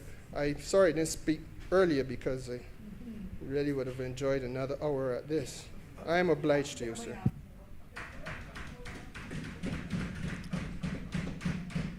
Honourable Member for St. Michael South Central. Thank you, sir. Sir, I think that today is a very special day for all of us in this honorable chamber. And for me, the last few days, certainly yesterday and today, have felt quite sobering, have been an opportunity for me to pause and to be grateful to the people of St. Michael South Central, to be grateful to the people of Barbados. The people of St. Michael South Central are the reason that I am here. They're the reason, they're the people who caused me to be here through their overwhelming show of confidence at the polls. But they are also the reason I wanted to be here, sir. Because I have always said that I've never had any particular interest in for the record political activity or for the record policy making. I wanted to come to political life, sir, at a time where I felt I could be of use to the people of my community. I'm a child of St. Michael, and to the people of my country. And so today, sir, reflecting on the last 3 years, for me, is not about being boastful. It is not about patting ourselves on the back. We have a lot of work to do. But it is about being able to look back and take stock and take a record of what this Barbados Labour Party administration has so far been able to achieve, because people talk about hitting the ground running. We hit the sky flying. We had to. We had absolutely no choice. And you know what? People see me on the street all the time and you know, they try to commiserate and they say, oh, it must be so hard. And I think it is a challenge. One does not get much sleep. But I also say to them, this is what I came here for. This is absolutely what I came here for. And I came at a time where I feel got a little energy in me. This is the time to do what I am doing, sir. So, against that background, sir, I thank the honourable member from St. James Central for beginning to introduce in his intervention the tremendous reforms that I have had the pleasure of leading together with the Honourable Prime Minister in the area of planning and development policy, in the area of land use policy. And so I do appreciate the questions of the Honourable Leader of the Opposition. We all have perceptions of the job that we have to do. We all have perceptions of the role that we are meant to play. The Honourable Member for St. Michael West, the Honourable Leader of the Opposition, has such ideas of what that role is. And I think that we have to understand that perspective. And so when he frames his questions, or claims of questions as he does, I think that one would understand that perhaps he is doing so with a view to generating public discourse. And I am happy to engage in the discourse. And so, having thanked the Honourable Member for St. James Central for starting to allude to some of the reforms, I want this morning, sir, to give some color and some depth and some context and some texture to what the Honourable Member before me started to discuss. It is absolutely true that any government must have a particular approach to land use policy as perhaps one of the most important resources in an open, small island economy. And so, yes, I was very happy to begin in June 2018, along with the Honourable Prime Minister, discussing the changes to the Town and Country Planning Act, what is now called the Planning and Development Amendment Act of 2020, that really laid out a whole new approach to the use of land and to planning. And one of the very important approaches, again, that the Honourable Member before me made reference to, but I want to really explain carefully. Because I think sometimes we use words, we use expressions, and there can sometimes be a bit of a misunderstanding of what is the mechanism that we're talking about. And this is a mechanism under planning law all over the world. The use of planning obligations in the regulatory procedure of getting planning approval. And what are planning obligations? And why do they exist? The reason for planning obligations, and I need to make myself very clear on this. It is to be able to manage the overall balance of development. What do I mean by that? You may have a development coming that is going to take a certain amount of land out of a certain kind of production. It might be agriculture, it might be residential, it might be some kind of use that the land is already in that is going to have implications for the balance of development. The balance of development is making sure that you are using your land to the best overall well-being, economic and social and otherwise of the country. And so what we are doing through the Planning and Development Act and through the Physical Development Plan, which I'll come to later, is making sure that we have a sound balance of development. So what does that mean? It means that if you are having an environmental impact on the one side, that you are accounting for that impact on the other side by giving some benefit to the people of the country. By giving some benefit to the people of the country. On an island the size of ours, with Barbados having been through what it has in its development as a post-colonial society, and in some ways, some might argue, in many ways, still a colonial society, but that's another conversation for another day. But Barbados having gone through the development trajectory that it has, you cannot benefit from the patrimony of the country. You cannot have, as you must, an impact to your development footprint on the country and not seek to balance that by some matching contribution to that country's development. That's what planning obligations are about. And so we were able to use planning obligations as a development mechanism to be able to make land available for housing solutions. That's something that's not been done in this country before.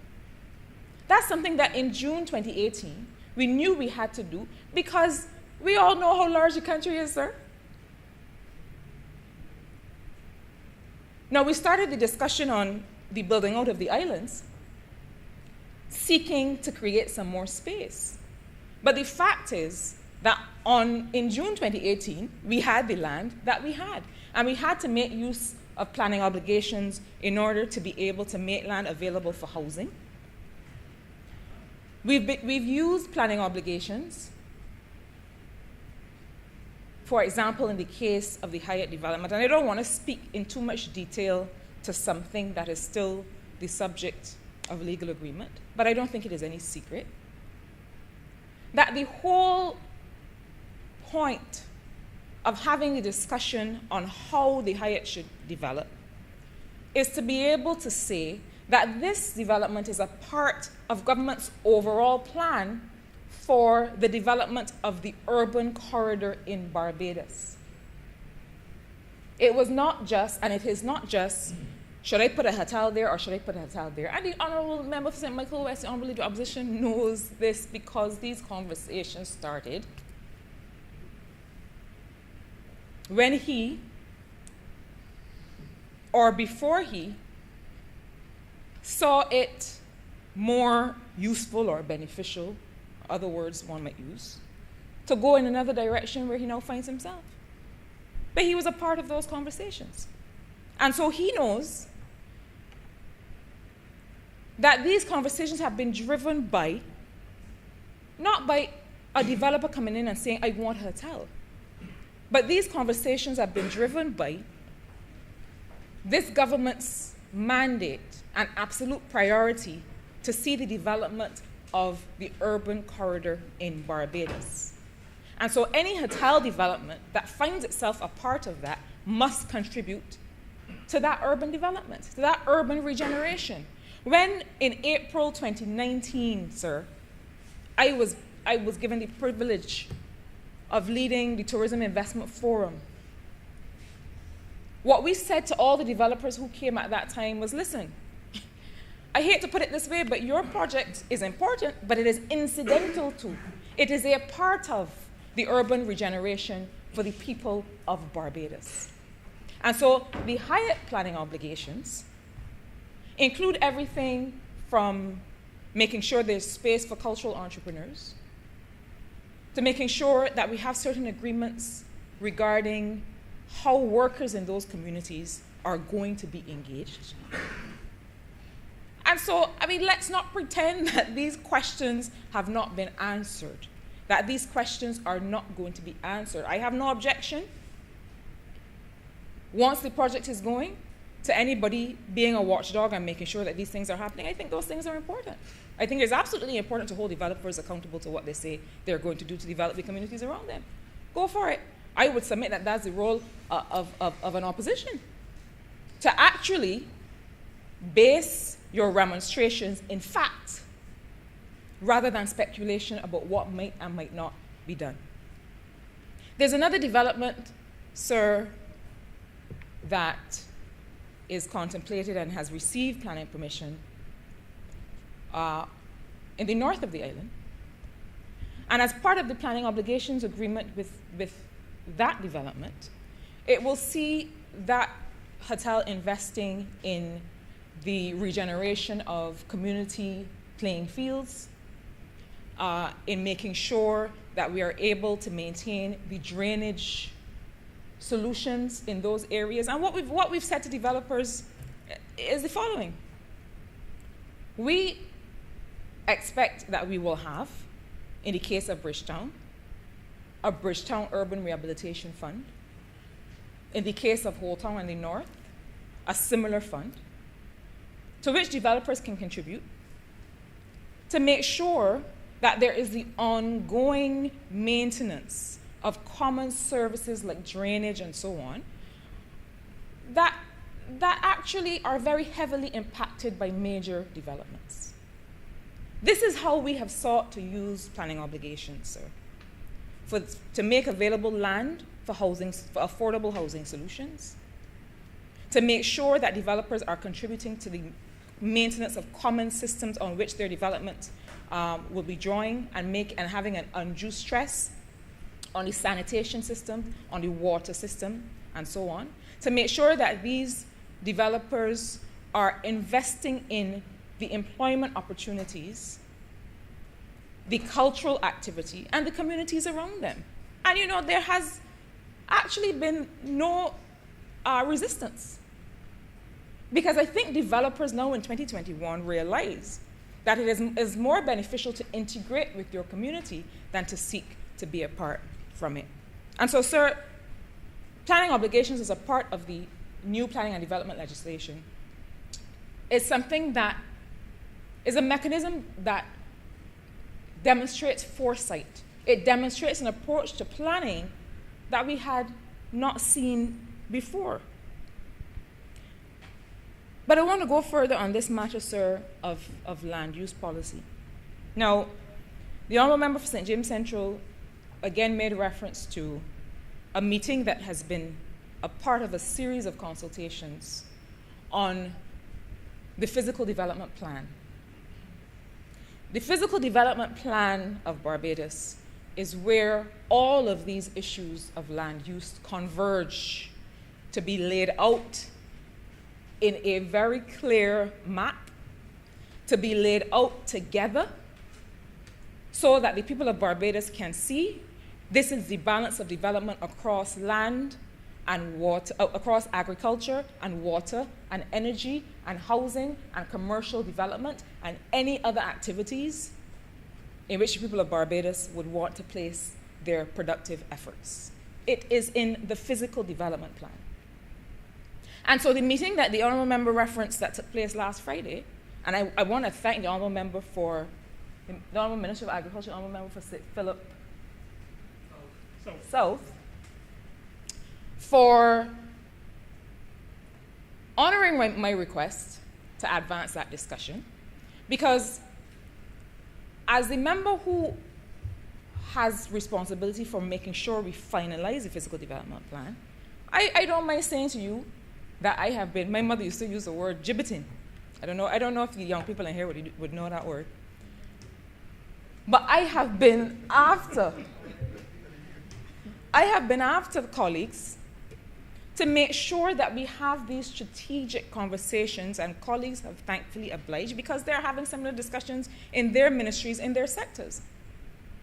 And so the Ministry of Energy was able to share with the Ministry of Investment and the Town Planning Office, which is a part of that ministry, been able to share what are their plans for reaching the targets in the energy policy and what will be the use of land that is required, what is the balance of ground-mounted solar PV as against rooftop-mounted solar PV, what is it that is required as an input that we have to make visible in the physical development plan. Similarly, for agriculture, given the nutrition security targets of the country, given the use of technology that we anticipate as against the use of open farming or the mix of the two, what is it that we believe will be the needs of the agriculture sector when it comes to land use? Now, note I say given the use of technology, because I don't think that given the land that we have, we can do all open farming all the time, forever and ever, and still meet the nutrition security targets of the country.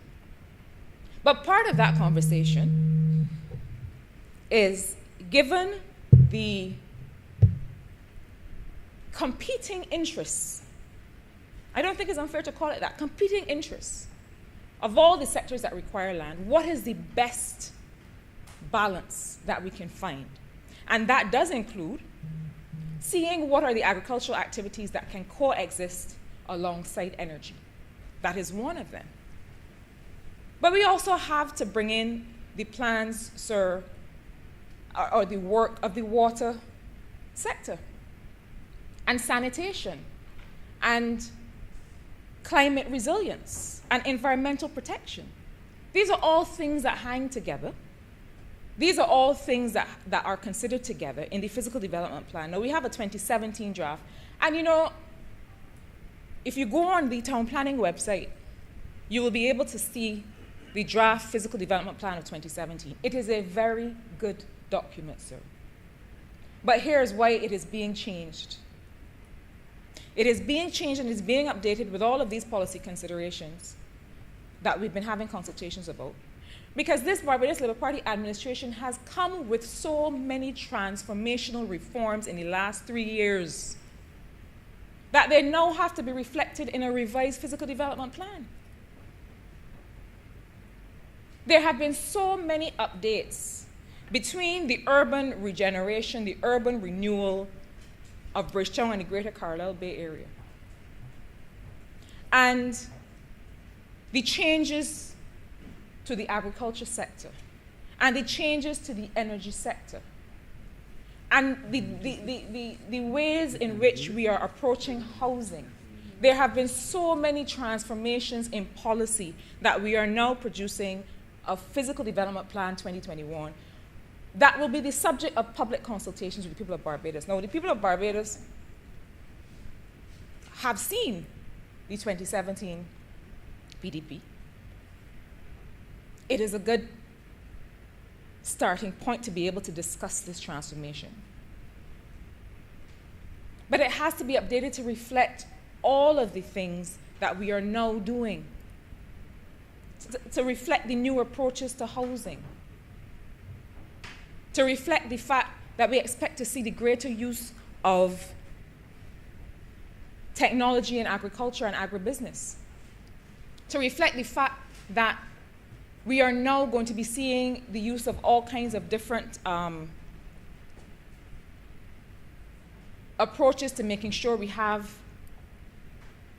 people participating in their own climate resilience at the household level. So things like how we are able to use water tanks and double reticulation systems to make sure that people can use water that is collected in their tanks, making sure that we make investments in that kind of technology, making sure that we give people the financial wherewithal through revolving funds to be able to get access to the financing and to be able then to retrofit their homes in a way that is climate resilient. The use of battery storage in the energy sector, so that you're not just making use of the sun when the sun is at its height and generating energy, but that you can then store that energy to make use of it later to make your household resilient in the event that there is a disaster. All of these things, sir, are things that would make a 2017 physical development plan outdated and irrelevant. And so we have started the work and expect over the next few weeks to be able to update that PDP. That's the point that we had all these meetings. The reason we had all these meetings with energy and agriculture and water and housing and so on. But the other side of that is that it also has to reflect a balance of investment. And I talk about a balance of investment because, as we have also said, and the honourable member, the honourable leader of the opposition talked about, and it was amazing to hear, because he started in a place that he ended up. He started by asking about the connection between labour and land and ownership, and then answered his own question. Well, that is amazing. I would love to be able to eventually answer all of my own questions. Or I wouldn't even go left home when the day come. But the point is, sir, is that we've also said with respect to ownership and the productive use of land, that our renewable energy projects and medicinal cannabis projects and other similar activities must have 30% local ownership.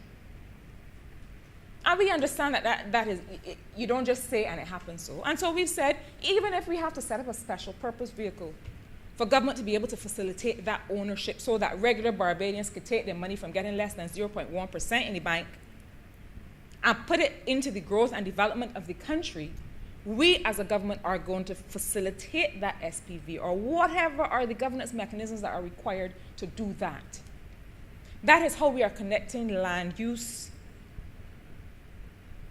and financial resilience of people and their ownership in what happens in this country, their participation in growth in this country. You know, I feel that sometimes we are stuck, and I say we collectively, that some of the public, the general thinking on certain issues is stuck back in some time where you thought that government had to be everything to everyone. Governments do not grow. The private sector grows. Government's role is to facilitate that growth. The reason that we had such a disastrous previous administration and previous period of governance is that the last government had no ideas. There was not an iota of innovation to be found in the policies that they introduced to seek or to suggest or to pretend to generate growth in this country. They thought that everything, you had this sectoral approach, and government would take out the money in its pocket and put it in there and had to drive growth. Well, we all know that that does not work, certainly not in economies like this, where governments like ours don't have the fiscal space to dump all of our money in trying to get the private sector or trying to get private enterprise to get growth happening. So our role, as we have done through the Hope Project, is to come up with the mechanisms to enable the private sector to do what the private sector needs to do. And when I talk about the private sector, I'm talking about foreign direct investment. I'm talking about people in Barbados who have the financial resources, and I'm talking about people in Barbados who may not currently have the financial resources, ordinary Barbadians, but who have the ideas, who have the willingness, and who must have ownership in the growth and development of this country. Let us not pretend that that has not been the goal and the objective and the mandate of this Barbados Labour Party administration. And so when we talk about creating a company, creating a special mechanism so that we can get housing solutions to Barbados today, that is a part of the governance innovation that this Barbados Labour Party government has brought to how we do things. Gone are the days where you had to try and find the room, where you had to try and find the fiscal space, where you had to try and find the money in an existing enterprise. That's not what central government is there for, and that is often not what even state-owned enterprises are there for. Because they have to respond so broadly to the needs of every Barbadian that they cannot then focus on what are these specific interventions that are going to add value quickly to the lives of Barbadians. I'm looking as I speak very much into the eyes, because she's wearing her mask, of the honourable member for St. Michael Southeast. Because when I talk about housing solutions, I can't help but look at her. she understands that we have concerns about overcrowding in certain areas. And let us be real. Let us be real. In a situation where you have a pandemic, where distancing is one of the most important health interventions you can make, we saw even more clearly in the last 15 months how we have to be able to ease the pressure in certain households and ease the pressure in certain communities by providing housing solutions today. We are doing, mine is the Ministry of Planning, so we are always doing planning work. And part of the work that we were doing this morning, very early, that the economic team met to talk about, we did a very simple exercise, which is to say to everybody around the room, if you were to say, what is one of the main development concerns of Barbados today, it would have to be housing. So I am going to wait to get the National Housing Corporation in shape to be able to deliver financially and otherwise I don't know how long that's going to take. I'm sorry, I'm being straight. I cannot wait for that. But this Barbados Labour Party administration has the wherewithal, has the grey matter, and has the innovation to be able to say, okay, these are the tools at our disposal under the law, under the Public Financial Management Act and all the other things that govern us. And this is what we are going to use. But I go further. On this question of the relationship between labor and land, well, that is exactly the reason that Hope was created. That is exactly the point where it made me almost think that the Honourable Leader of the Opposition was there. I mean, I get confused sometimes remembering when he was there and when he wasn't there, because, I mean, there's so much planning that we did together at one time. So sometimes, you know, I get the days confused. But that is the reason that Hope was created. Because we knew that nurses and police officers and teachers and people earning less than $4,000 a month, that's who Hope Direct is for. We realized that if we did not intervene to give those people a fighting chance to own a home and to own land and to be able to have a little kitchen garden perhaps somewhere, and that's really Lair's land lease and the other things that the Honourable Member for St. Philip South is working on. If we didn't do that, let us be real, they would never have an opportunity to own a home.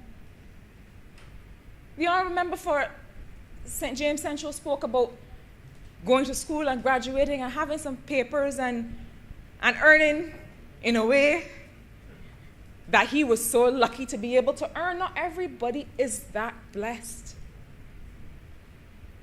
And so the very important roles that these people play, that quite frankly in our entire economic system is undervalued.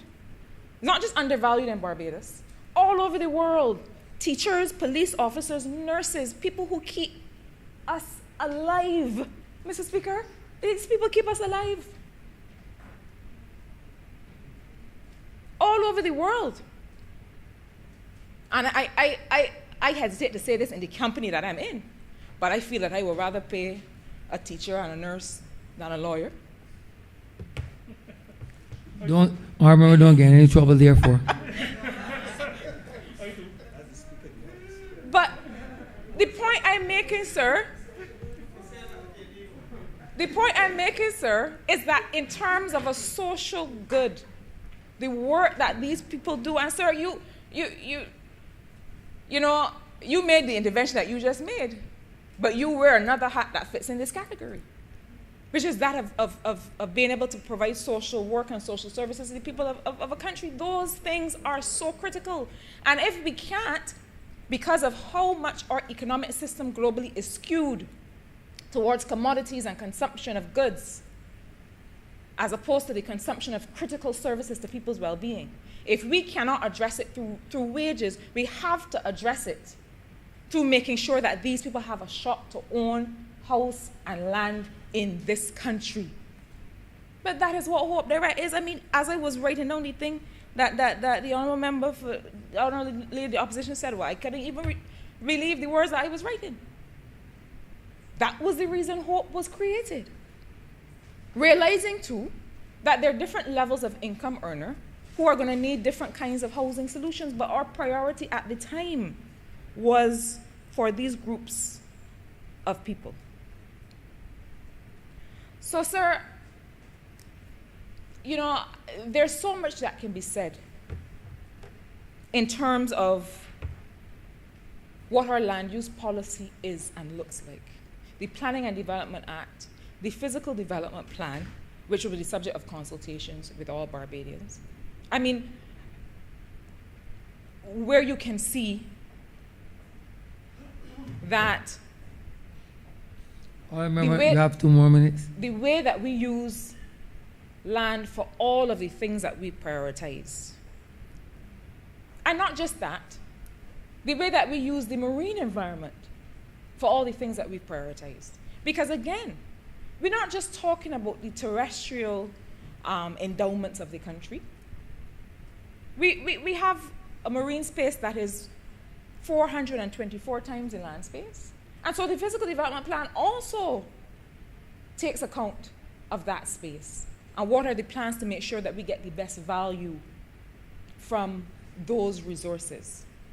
So, sir, you know, I sought only in supporting and in lending my voice to this debate to really just put some things in context.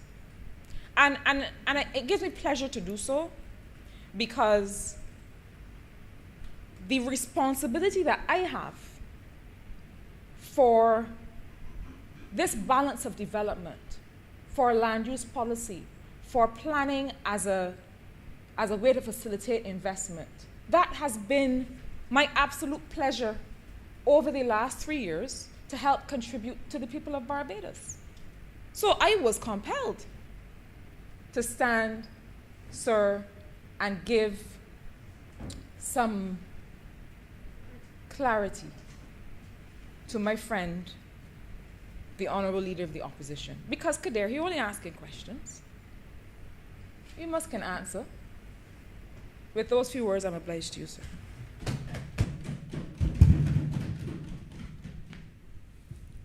Honourable Member for St. Philip West. Thank you, Mr. Speaker. I rise to support my colleague, the member for Christchurch West, and his resolutions, but it would have been remiss of me not to add my voice to this particular debate. Basically because many years ago, 1998 to be exact, I raised my voice then in another capacity, looking at how land was being used in Barbados in a song called These Fields and Hills. And it has been one of those things that I've been very passionate about for a very long time in terms of how we do that. I am proud to be a part of this administration, to say that this is the first time in a very long time that I've seen some sort of innovation come into play that gives people, and I'm not going to use the term ordinary people because I've said it on a number of occasions, we're all ordinary people. So don't get tired. We're all ordinary people. But this is one of the first times that I've really seen a concerted effort being made to empower those who find themselves probably at the lower echelons of the society. We have seen developments going on at Todd's. We've seen work done at Parish Land, as mentioned. I was privileged to go over to Chancery Lane to see what is going to be happening there. And there are a number of other things that are going to be coming into play. What I would like to suggest, though, to the Leader of the Opposition is that maybe he should take a ride with me, a trip with me one of these days. I go around the island every weekend. Yes, we should. Because I go around the island every possible weekend. Just for the reason of being able to see what is happening across the island, so that I have a better idea of where we are and where we are going. And so sometimes you need to get out of your comfort zone and go and look for yourself. And I say that not only for the Leader of the Opposition, But for sometimes when I listen to the call-in programs and I listen to people speaking with a manner of authority about things that sometimes they absolutely have no clue about, it is incumbent on me to try to correct some of these things when I get the opportunity to do so. Barbadians should be very proud of themselves as to where they have come based on the history of this country. And oftentimes I come in here and I listen to people and I listen to the radio and I look on social media and I see people tearing themselves apart. And I'm not going to stand here and tell you that everything that any particular government or administration at any point in time has done has always been the best. But we're not perfect. This we all know. But when we talk about people being able to have access to land and the value of it from a child, my grandparents, my parents, and I'm sure most people in here's parents and grandparents would be ringing in your ears morning, noon, and night the importance of owning, as they would say, a piece of the rock. And you can see across the length and breadth of the country strides that have been made over years. I mean, I have to say this because sometimes I believe I sound like a stick record, but I'm learning that repetition sometimes is necessary to drive home some points with people. I can only speak from 1970 when I landed here. But what I have seen over those years in terms of people being able to change their conditions, in terms of where they were living, starting off sometimes by, as the old people would say, building on a little piece here, butting on another piece there, moving from charter houses to wall houses to some huge monstrosity sometimes, which even in that, when we talk about land usage, people have to begin, not just government policy, but people in general have to begin to think about how is it that we're actually going to use the land space. Are we going to continue to build these huge houses going wide, or are we going to use the land in a completely different way and build more vertical? Then you have, again, the whole idea of the land usage, not just for housing or not just for food, but the honorable member responsible for cleaning and greening this country continues to speak to us about using the land and planting trees and looking at the fauna and the flora and all of these different things in being able to provide cleaner air quality, being able to have a better experience in terms of the environment, in looking at not just, again, those things, but he takes it even further, looking at our beaches, how we treat that space and these sort of things. All of those things are part and parcel of the policy of how we use the resources that God has so graciously given us in terms of the land. So for any of us to put form over function, which unfortunately seems to be the way that too many people in Barbados operate at the level of form. So you will hear people saying things like, oh, what is the policy? I haven't seen a policy paper. I've come into this for the very first time. I see policy papers from 1970 something. But if you don't implement anything out of the policy paper, it is what it is. Just words on paper. And so what we have to deal with is not just the policy itself, but the implementation of these policies. You know, I have said back then that if we're talking about, and the honorable member for St. James Central made the point, Barbados is not going to get any bigger unless we get the islands that we're talking about then. that would give you a little bit more space. But it's not going to get any bigger. Which means, it may have the capacity to get smaller, you're right. But it's not going to get any bigger. But we have to find ways to ensure that as many people are housed, as many people are fed. One of the things that I really would like Barbadians to begin to think about is this whole idea of land ownership in the way that we saw it in the past. You know, historically, when the slaves saw master, what did master have? Land and transportation. Two assets that slaves had nothing to do with, couldn't do it. But it seems as if all we continue to do is to perpetuate the same thing from one generation to the next. Get as huge a house as humanly possible, get bigger and bigger every year, and get as many cars as humanly possible, and get more and more. So you got one household, 3 people, 14 cars. These are some of the things that we have to begin to think about. Because if you're talking about using land space, and you got so many cars, you got so much emissions and stuff going out into the environment, you're creating more problems for yourself. Bad use of your land space, having all of these things around. So I'm just trying. I'm not going to go off track just a little bit, just to make the point that we've got to look in the private sector, not just at the governmental level in terms of policies. We have to look in the private sector with people who are building and who are doing all of these other things as to how do you use the land. And if we're talking about using the land itself, one of the things that we seriously have to look at and to engage with is the price of land. I know it's at a premium. We live in a small place. This is true.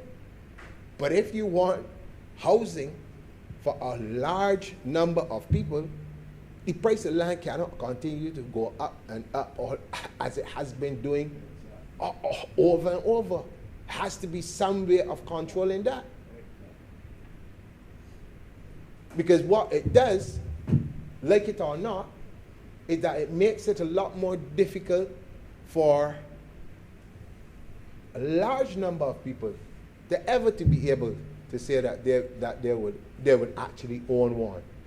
The good thing about what this administration is doing at this particular point in time with the projects that are out there is that it's making it not only easier for people to own these things, but it also puts them in a position where they have something that they can pass on to another generation. And that has been where we have failed as a people oftentimes. The ability to pass on that which we've got onto a next generation that they themselves can either build on and further pass on to others. The reality is that among us, a lot of our people had land at some point in time. We don't like to got these conversations because it gets very testy. But a lot of our people had lands. And at some point in time, they felt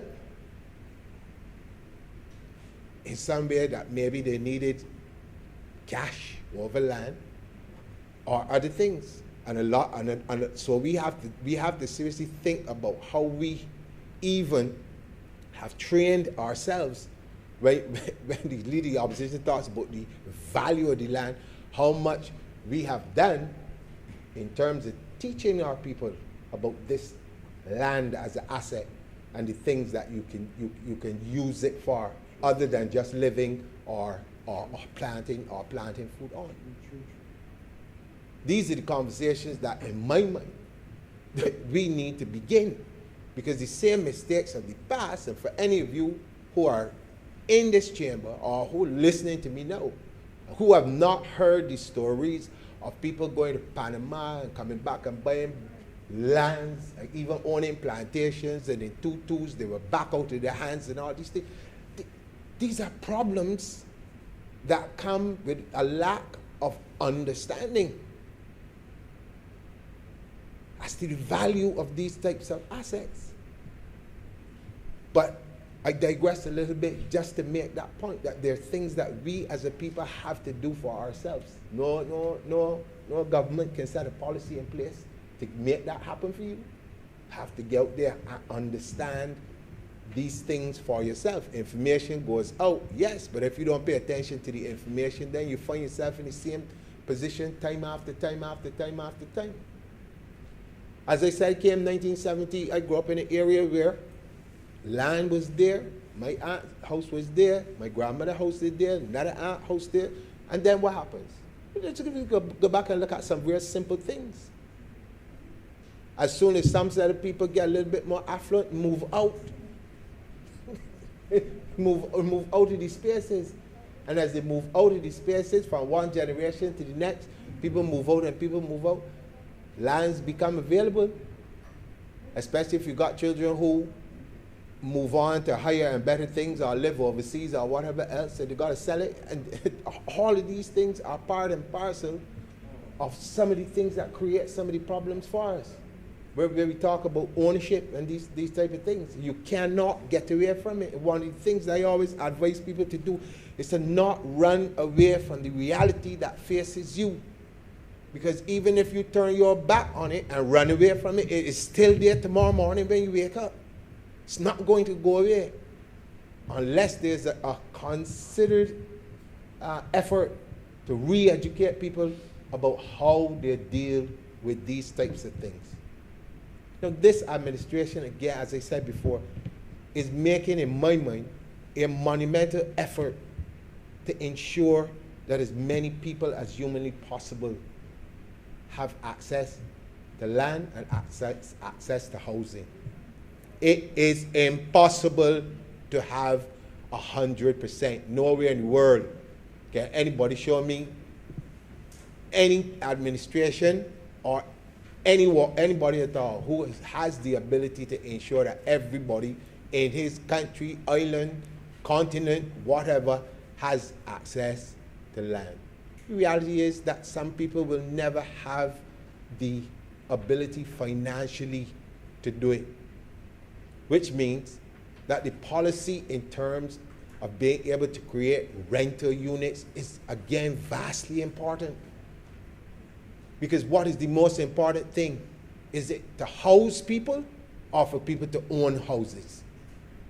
You have to make the difference between the two. To own a house is good. You can beat your chest and say, yes, I own a house. But if you look at somewhere like Germany, for example, where very few people are into owning houses, and this is what you will call one of the developed, highly technical and highly advanced. Exactly. But the other idea of owning a house and owning property and owning land is completely different. And in a small space like this, 166 square miles, sometimes when I hear people talking, I sometimes wonder if this is the same barbarians that I wake up in every morning. Because the way they speak, you would think that this is the size of Russia. But it's 166 square miles. We gotta be frank, and we gotta be realistic about what it is we can do within a small economy also at the same time. So, Mr. Speaker, like I said, I don't want to be long on this because a lot of the points that were already made, I don't think that I have to go over them. They've been well made and they've been well documented. But I think at some point in time, when we are dealing with some of these things, and politics is what it is, and I don't think it will ever change. And as the old people say, I may have thought till the cows come home. It will not change because some people believe that this is the way it should be all the time. There's nothing wrong with anybody opposing anything. You have a right to oppose, and you should, because it keeps everybody on their toes, and not everybody knows everything, so sometimes oppositions will see things that you may not see yourself and point you in another direction or jog your memory to get you to think about doing things in a different way. But what I get upset about is when we close our eyes purposely.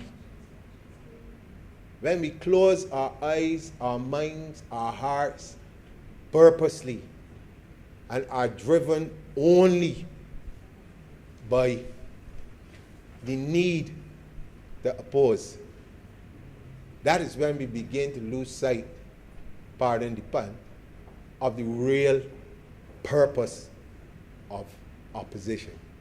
And this is not for the leader of the opposition. This is for the many leaders of the opposition that they have outside of these chambers. And so, Mr. Speaker, again, I want to say that time will tell. As these projects come out, are rolled out one after the other, you will see the response already, and the Honourable Member for Christchurch West can tell you, the response to Hope Direct, Hope Premium, all of these has been overwhelming, which means that there are persons out there appreciative of the effort that is being made to ensure that people have access to homes and by extension, access to land. Because I think sometimes we lose the point that each time you buy the home, you're not buying the home by itself without the land. It's coming with the land. So I mean, when I hear people talking, sometimes I'll be honest with you, Mr. Speaker, you will see that I keep very quiet sometimes because I get very passionate about some of the things when you make these kinds of pronouncements in here and on the outside. When you say things like people not getting access to land. But if you're buying the houses, you have access to land. And if the government has made a provision for the private sector to have access to the land, who may have the wherewithal to produce housing projects that people can get, to buy. But again, you're doing it on two fronts. You're putting the land there that people can do it. You're building the homes yourself in some areas that people have access to it. How could, it's beyond me that anyone can question, that this is a good thing. Unless I personally am not seeing it, whatever it is, I can't see how anyone can. But then again, like I said earlier, politics is what it is. But Mr. Speaker, I thank you for indulging me for those few minutes, and I'm obliged to you. Thank you very much.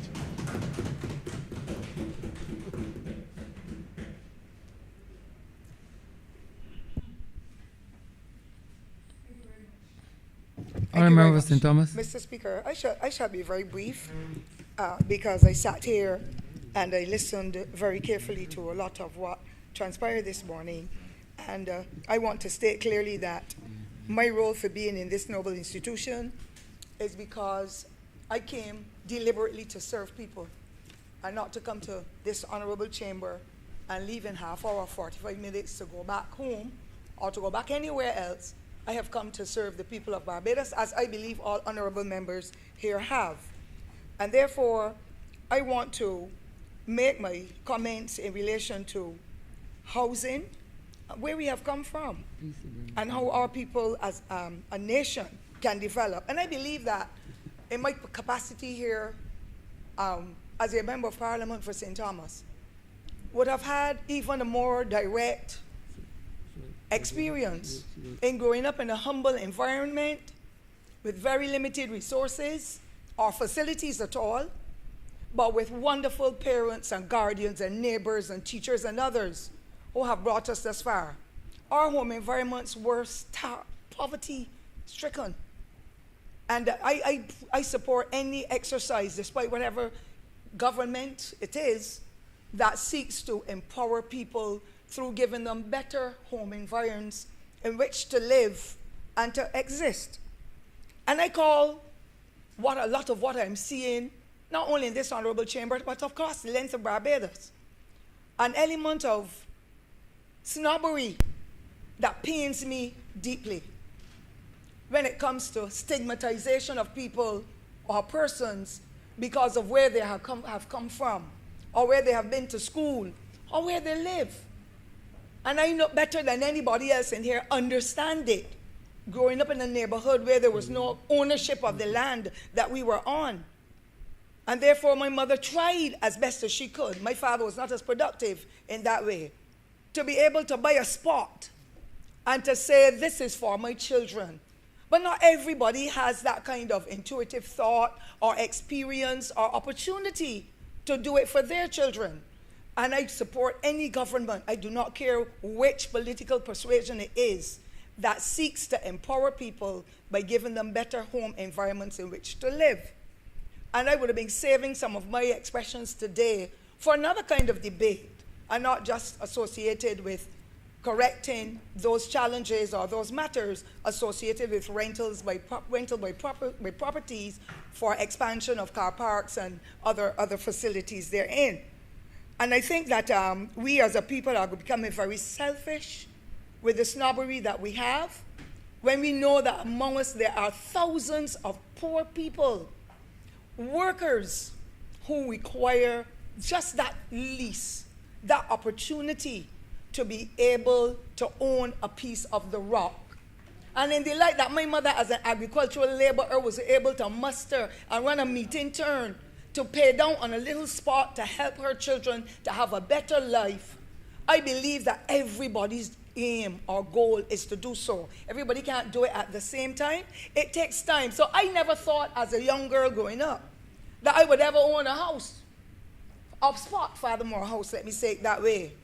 But it is because of the opportunities that were opened up to us by successive governments for people to be able to own a piece of this rock. So I remember as a young girl going to school in the city, hearing of a place down the Harbour Road that we call Rotten Town, where almost every house on that road was as rotten as anything. But they had a member of parliament subsequent to that, who was now deceased, who sought to assist those people in upgrading their houses. And I am sure that the government sector would have been behind to be able to make that difference and give those people a better opportunity to live a better quality life and to empower themselves. I had the opportunity, Mr. Speaker, sir, to go to Rock Hall St. Philip. And I am still mesmerized at how those persons that were living on that what was being a former dump are still living.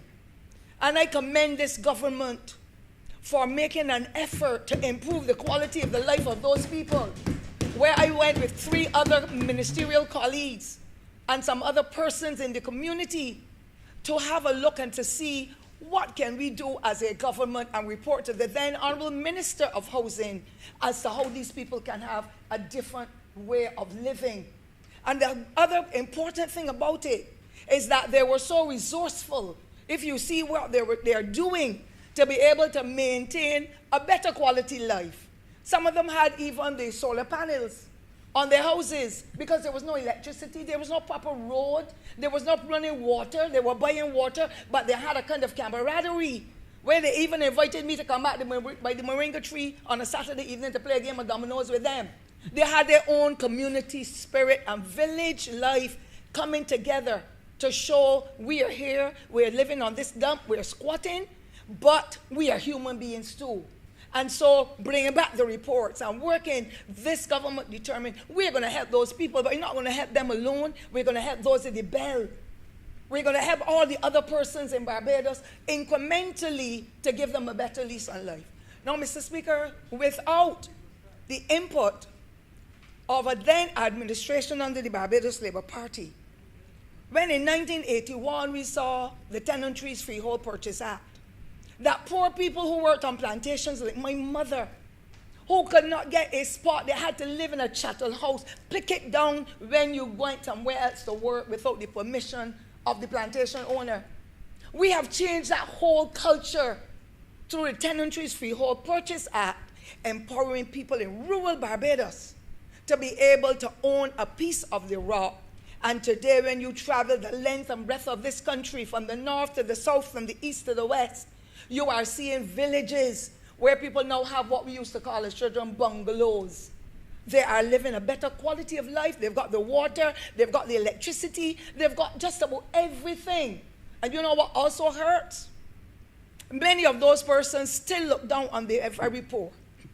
And my emphasis here today, Mr. Speaker, sir, are connected with those persons that I see and all of us see every day. But because of that project, or those projects we are doing in the Ministry of People Empowerment and Elder Affairs, we're persons that are in the Human Strengthening Project. It is an IDB project, but we have now identified 250 families in that project who are at the lowest of low when it comes to the quality life that they are living under, particularly with housing. Many of them have not got any employment. Many of them, they get their children, and rather than move away from the mother's property or house, they add on a little shanty. They are people too, and they have children. And then another child comes along and says, well, I have my own children, and I want to add on another piece. So we have some households with 15 and 20 people in them. And therefore, they need the space. We have the housing units, and we know that since the 1950s and 60s, those houses were built for a father and a mother and perhaps a child. Now some of them have 7 and 8 children. And those in the Pine and in some other communities are overcrowded.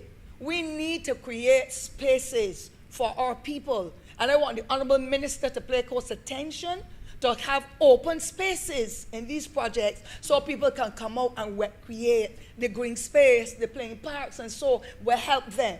And so I want to say, Mr. Speaker, the projects that we are looking towards expanding are to empower Barbadians that they can get a better quality life to go forward. Earning a piece of rock is hard for those persons who are cooks, some in the hotels, some in the other areas, those persons who are shop assistants, and I want to commend the Honourable Minister of Labour for the minimum wage effort that has been legislated within recent times for the $8.50 per hour. It has been long overdue. Who is going to benefit? The same poor people. Who are going to be the ones to get some of those houses when they apply that are working for under $2,000 per month? Who are they? Barbadians. The ones in Hall St. Philip, Barbadian children. The children, when we took the notes, many of them were going to Barbadian schools. They were born here. It is just that some of their parents may have been non-nationals. But our Barbadian males and females are cohabiting with them, and they're producing children that are Barbadians. So for me, the stigmatization has to go. We as a people must look forward, embrace, uphold. For when we leave people living in those sad conditions, where they are living 15 in a household, can't turn around, you're going to get all kinds of negatives. You're going to get a lot of infighting. You're going to get incest. You're going to get all kinds of negative things happening, and the poor quality lives they're living will impact on our health system that we are now trying with the Honourable Member for the city and others to uplift and make sure that quality environs are available, that people are keeping around them clean, that the Ministry of the NCC, the National Conservation Commission, is making efforts to beautify and clean up our villages to make a difference in the quality life we have. And so I want to salute this government for taking that bold step of making sure that different categories of people get opportunities for them to purchase the houses or the land and to enhance themselves and the quality of lives they live, because we are a government that believes that we are going to work with our people to move them from dependence to independence. And the only way we can do it is when we help them with jobs. Otherwise, some of those communities with the large numbers of persons who are not as well educated, or they might be, but they don't have a skill. And because of COVID, it is even making a situation worse, where the same guys and gals that will be on the streets or going around and moving around and shopping and so now have to be at home with no proper employment, no proper nutrition, and they're really at the mercy of others to survive. And so any effort that the government pushes to make sure that people get gainful employment, to ensure that they have a shelter over their heads, to ensure that their quality of life is uplifted, that the training happens for them to be able to develop skills, to be better educated, that they can serve their families, will be supported by me. I have constituents who are needy. I am here to speak for them as well, for us to get housing. And the Honourable Minister will tell you, I would have sent him a note in the early hours of this morning in connection with a visit where I know that persons will be able to get a house spot in the parish of St. Thomas once that agreement is made. People sometimes have the money, but they cannot get that opportunity because the housing costs are so pitched that the spots are so pitched, so highly pitched, they cannot afford it. We need to embrace everybody and ensure that whatever we do in Barbados, that we include people and their needs, particularly their health and their social needs, to be able to bring them to that level. And so, Mr. Speaker, I am happy for the opportunity, for the visionary concept by the Honourable Minister of Housing, where he has come up with these different scales or tiers of persons who can benefit by the projects that have been identified, because there's absolutely no point in us trying to reach a stage of development, but we are leaving people behind. Our mantra still is a better life for our people, leaving absolutely no one behind where possible, to be able to make that happy mix that we can live all together in this society, knowing and respecting and caring and loving each other despite whatever level we are perceived to be at. And there's that element of stigmatization and snobbery in this place. And I'm not talking this Honourable Chamber, sir, I must confess. I mean across the island, where it is dividing and ruling and changing the whole culture of what we knew, where everybody respected each other despite their status or religion or political persuasion or employment or whatever the situation is. And so I am glad to be a part of this institution, sir, where we can work together to make that tremendous difference and not behave in a way as persons who are supposed to be role models, or in the eyes of Barbadians, people see members of parliament as the persons to look up to be the guide. The smallest question they have, they're called to say, can you tell me when we're going to get the vaccine? It is on the air. But they believe sometimes, if I call my member of parliament and the member of parliament tells me, well, that is correct. But that is all right. But I want for us, not as a people, because we may have reached these high levels in society wherever we are working or whatever institutions we represent, or even in this honourable chamber, for any moment at all ever, seek to indicate to the rest of Barbados that that whole system that we looked at and we experienced before, that you can get up the ladder and kick it down, that must remain. It has to stop. I believe that we are here to serve. Yes, we're going to have our different political differences and challenges and so, but at the end of the day, we have come to serve people. And politics is not only about the people, but it is for the people. And therefore, any effort at all that this government makes to help to secure housing and to put people in a better position socially, economically, or any other form of development, I am happy to support.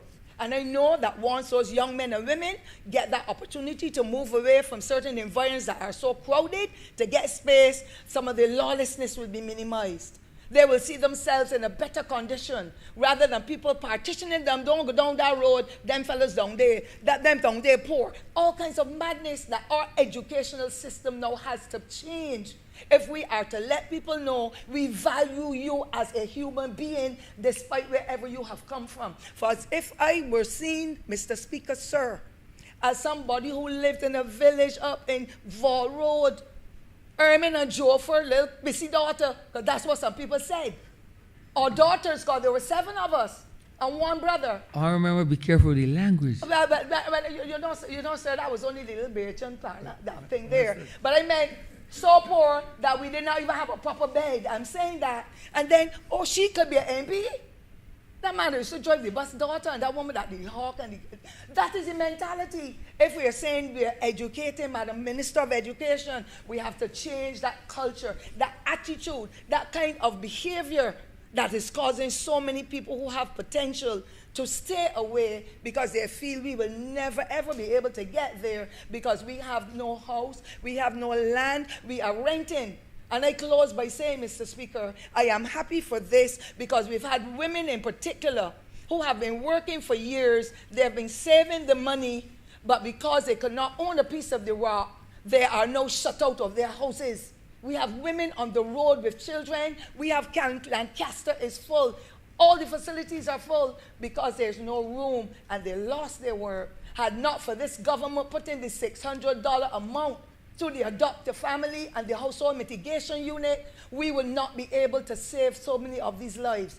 I want to highly commend the Honourable Minister and all others who are working in the vanguard to change the culture of this country socially, economically, and otherwise, and therefore I lend my strong support to whatever is happening here with the housing projects, and I know that I will get another opportunity when the full discussion takes place to be able to put in my 5 cents worth, because at the end of the day, I close by saying every individual is important, not only in our eyes, but in the eyes and the sight of God. And we must, as a people, continue to serve and serve well, especially when we reach this level, knowing perhaps when we were small, you'll never get there. But it is God's divine intervention that has brought all of us here, and we must continue to work together as a people to change this whole culture of the stigmatization and so on around, and to help to house our people who need it now more than ever. I thank you, Mr. Speaker. I remember for St. James South. Thank you, Mr. Speaker. I just want to speak for a few minutes on this, on the land resolutions, because the land policy and the program for housing being put forward by this government is going to mean a great deal to ordinary Barbadians across this country, all of us. And I look forward very much to the housing that will first of all provide units that are within the reach of many of our citizens, young people who maybe have jobs and are looking forward to having their own homes, but because of the economic circumstances, because of the challenges that this country has been dragged through for the past 10 years under the Democratic Labour Party, many of them are unable to leave home to start their own families because they have not been able to secure a home that they could get that start that they wish.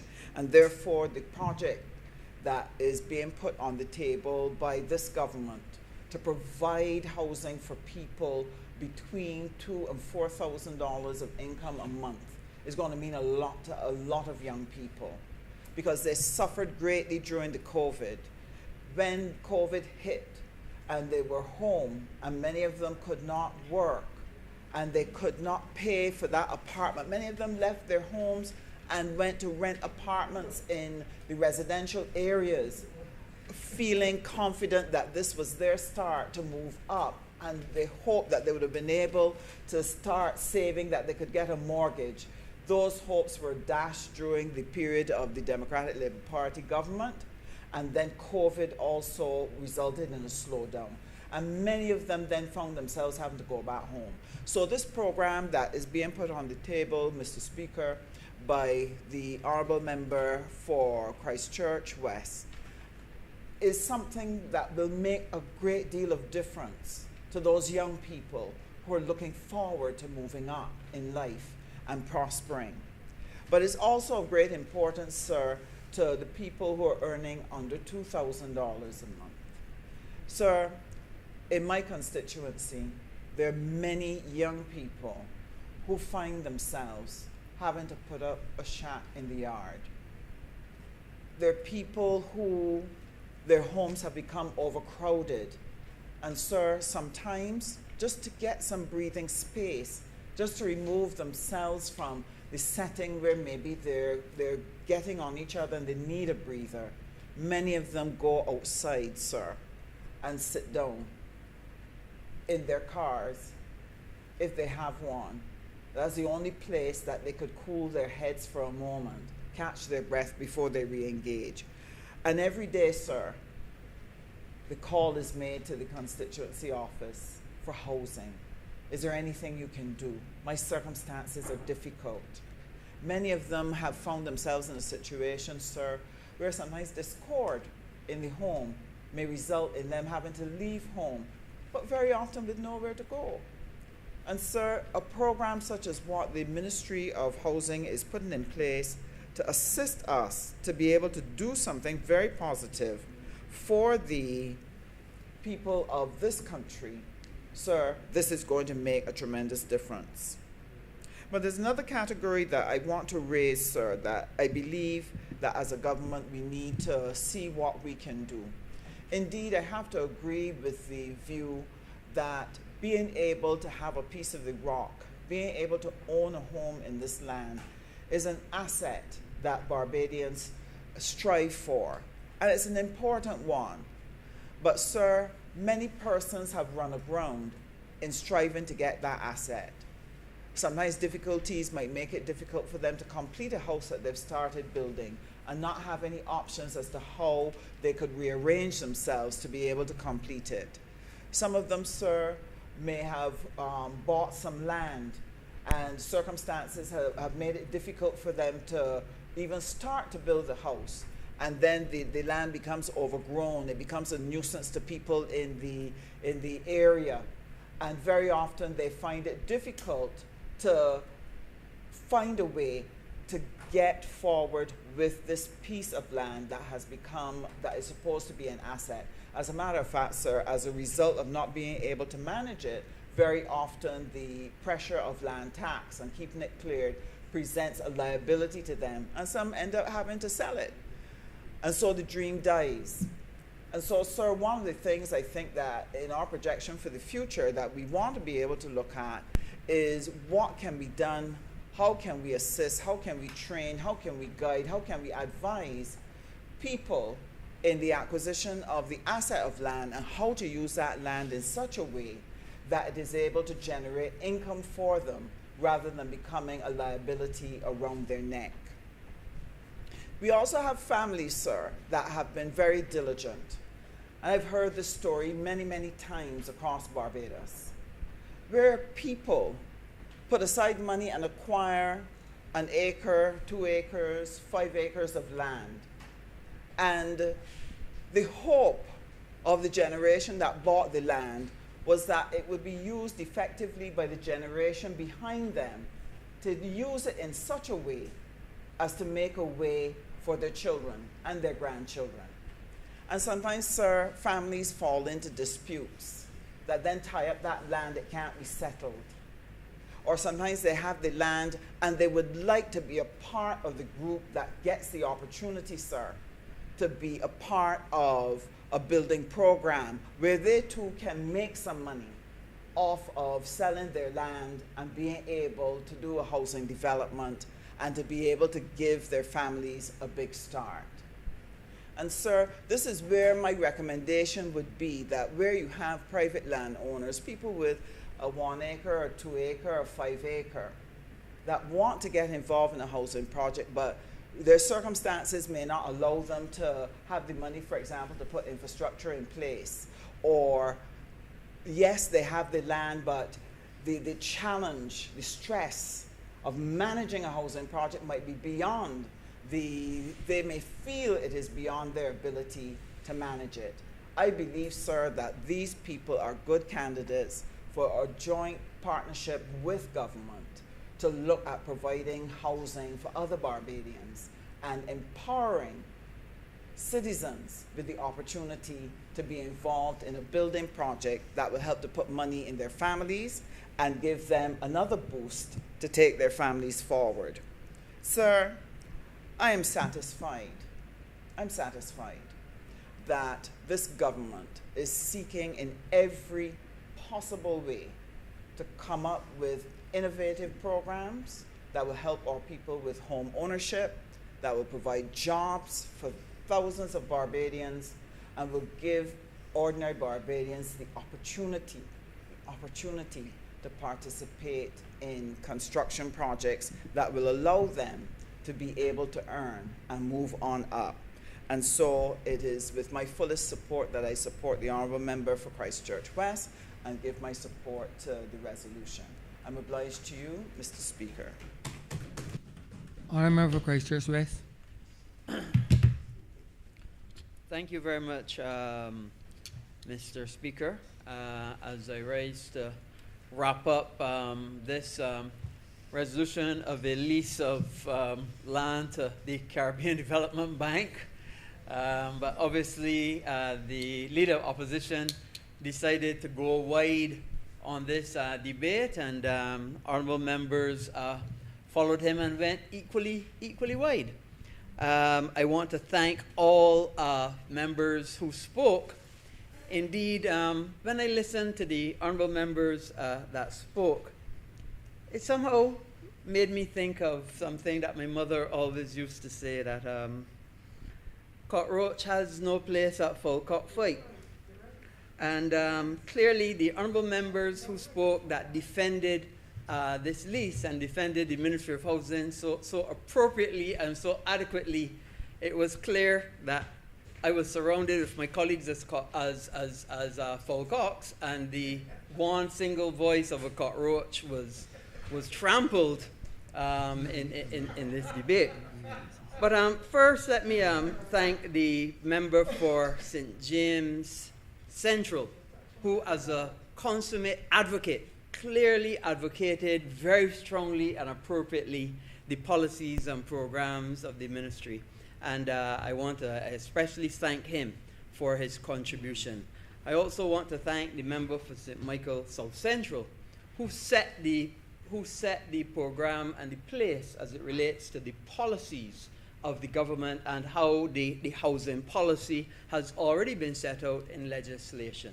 I want also to thank the member for St. Thomas, who clearly set the aspect as it relates to how people relate from the point of view of the average person, and how the average person will be able to benefit from the housing policies. And also want to thank the member for St. James South, who brought in the concepts of the stakeholders, and how stakeholders, be it the contractors, be it the people in her constituency, and all others. So clearly, Mr. Speaker, my colleagues have set the ground and defended the policy very, very well, and trampled that simple intervention by the Leader of the Opposition. But let me build on what they spoke on. First, let me talk about a symposium that we're putting together, not only to talk about how we take housing policy further in terms of declaring the whole of Barbados as a registration district, and also to further flesh out housing policy in Barbados. We're having that symposium very shortly through the ministry, and I've asked the officials to make sure that they send a very special invitation to the Leader of Opposition to make sure that he joins us and to make any interventions that he may suggest in the question time. You know, Mr. Speaker, in my previous life as a dentist, as an oral surgeon, we worked very hard to teach people how to take care of their teeth. Avoid sweets, brush your teeth 3 times a day, visit the dentist regularly. We worked hard to put ourselves out of business. And that was our job, because we saw that as our duty and our responsibility as professional people to give the best advice possible to reduce the amount of disease out there, to literally put yourself out of business. And now I find myself in a new job, trying to provide as many houses as I can as possible to put myself out of my other private business, which of course was to provide housing for rental for many, many people. But nonetheless, that is what we are striving to do. We recognize that there are many categories, that there are people with many income levels, 4,000 to 8,000. We said, okay, we would do a program for those people in that category. But we also recognize that the National Housing Corporation's experience in doing housing projects has not been stellar and has not been the best. And again, it brings me to this concept of cockroach has no place at a full cockfight. Because the last program that really and truly the National Housing Corporation did was the one at Parish Land. When they did, I think, 150, 200 houses, brought in contractors, and for years, those houses remained unoccupied and started to deteriorate. Indeed, up to this day, we're still having to go and fix problems that contractors brought on by National Housing Corporation did. In fact, the funniest thing about it is the then person that was the Minister of Housing who brought on those contractors to build those houses, many of whom were built inappropriately, sometimes in the wrong position, and have had problems, then went to try to defend those same people when he was the minister that did it in the first place. But I digress.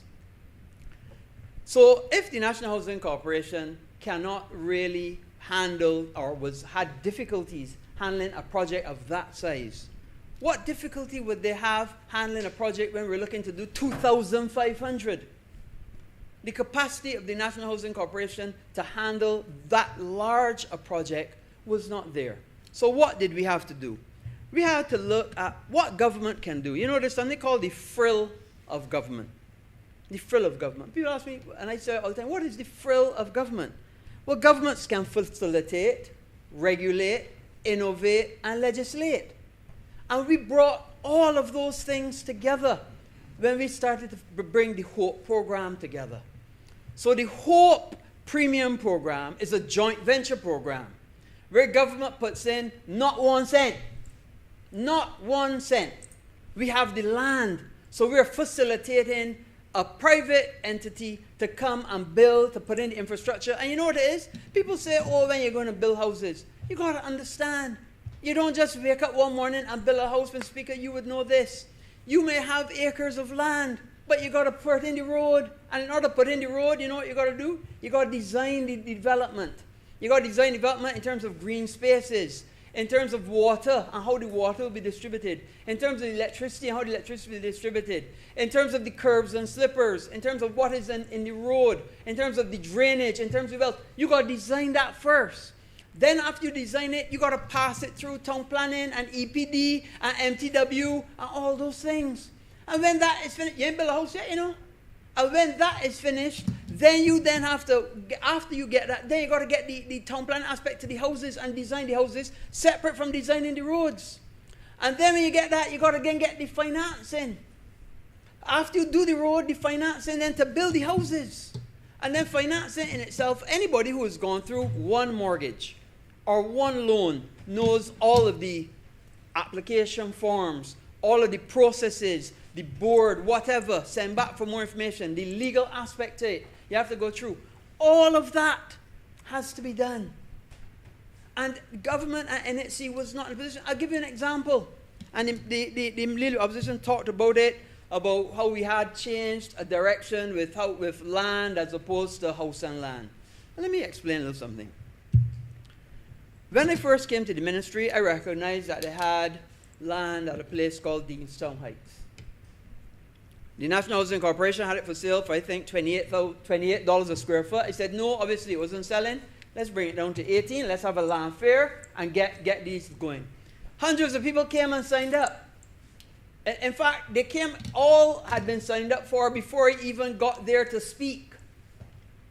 And I was happy and I was glad because I said, good, we were going to get some money, we were going to get some working capital on which we could do other projects. Because it was that working capital I was able to go and then start Todd's. And I was about to start Rice's, Applewitz, small developments, 15, 20 houses, whatever it is, infilling for the National Housing Corporation because I recognize those small things National Housing Corporation can do well and does very well. And I want to salute all of the people that work at the National Housing Corporation. They're a tremendous team, and I enjoy working with them every single day.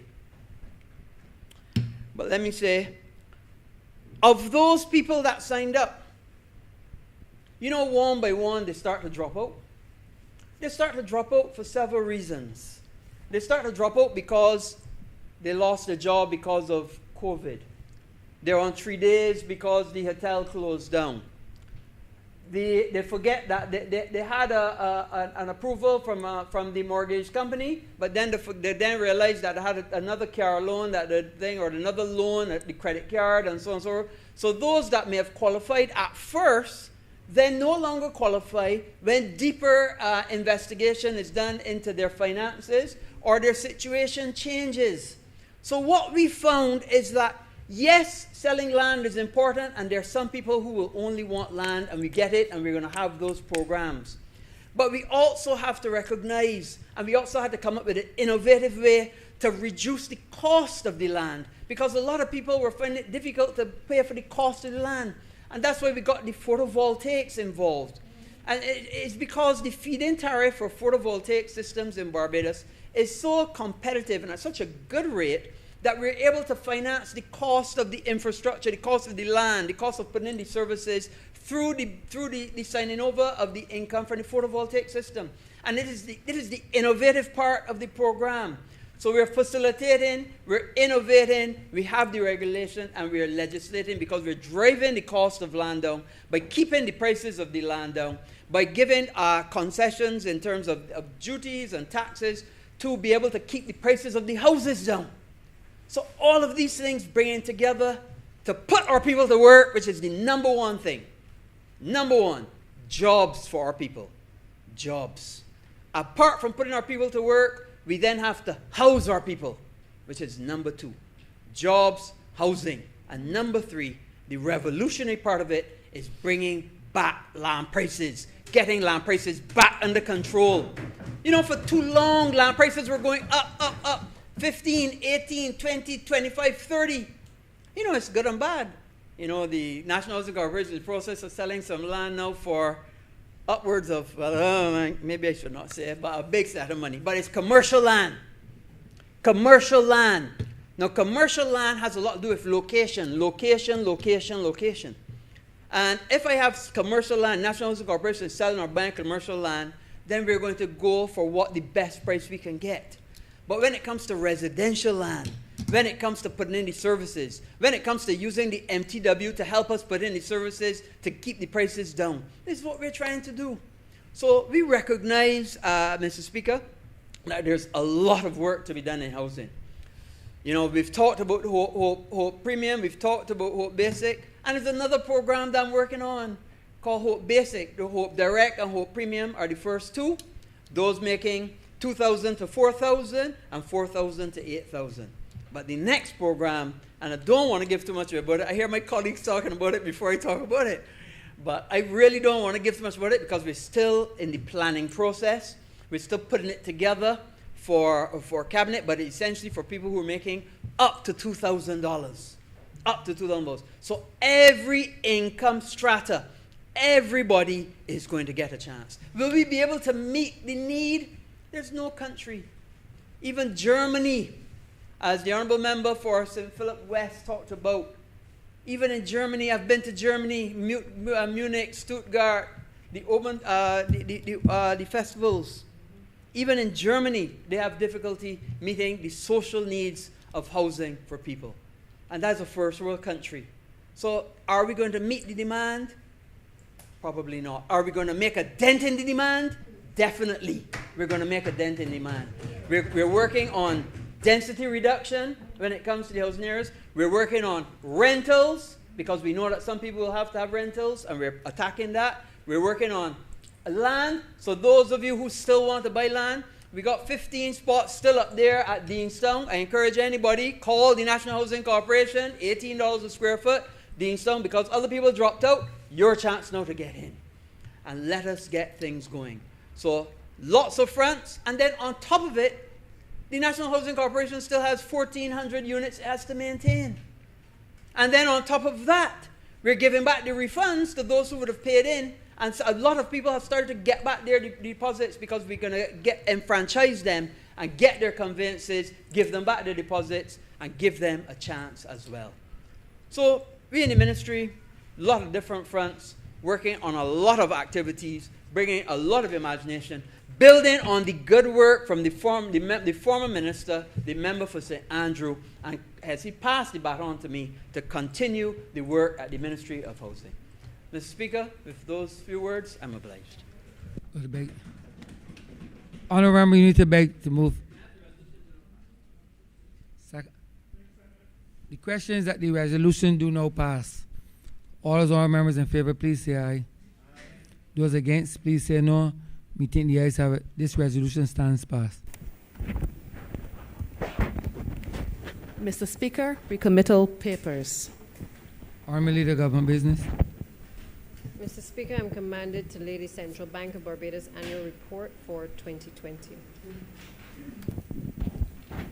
Recommittal government notices. Mr. Speaker, I beg to give notice of the Grantley Adams International Airport Transfer of Management and Vesting of Assets Amendment Bill 2021. Recommittal first reading of bills. Honourable Leader, Government Business.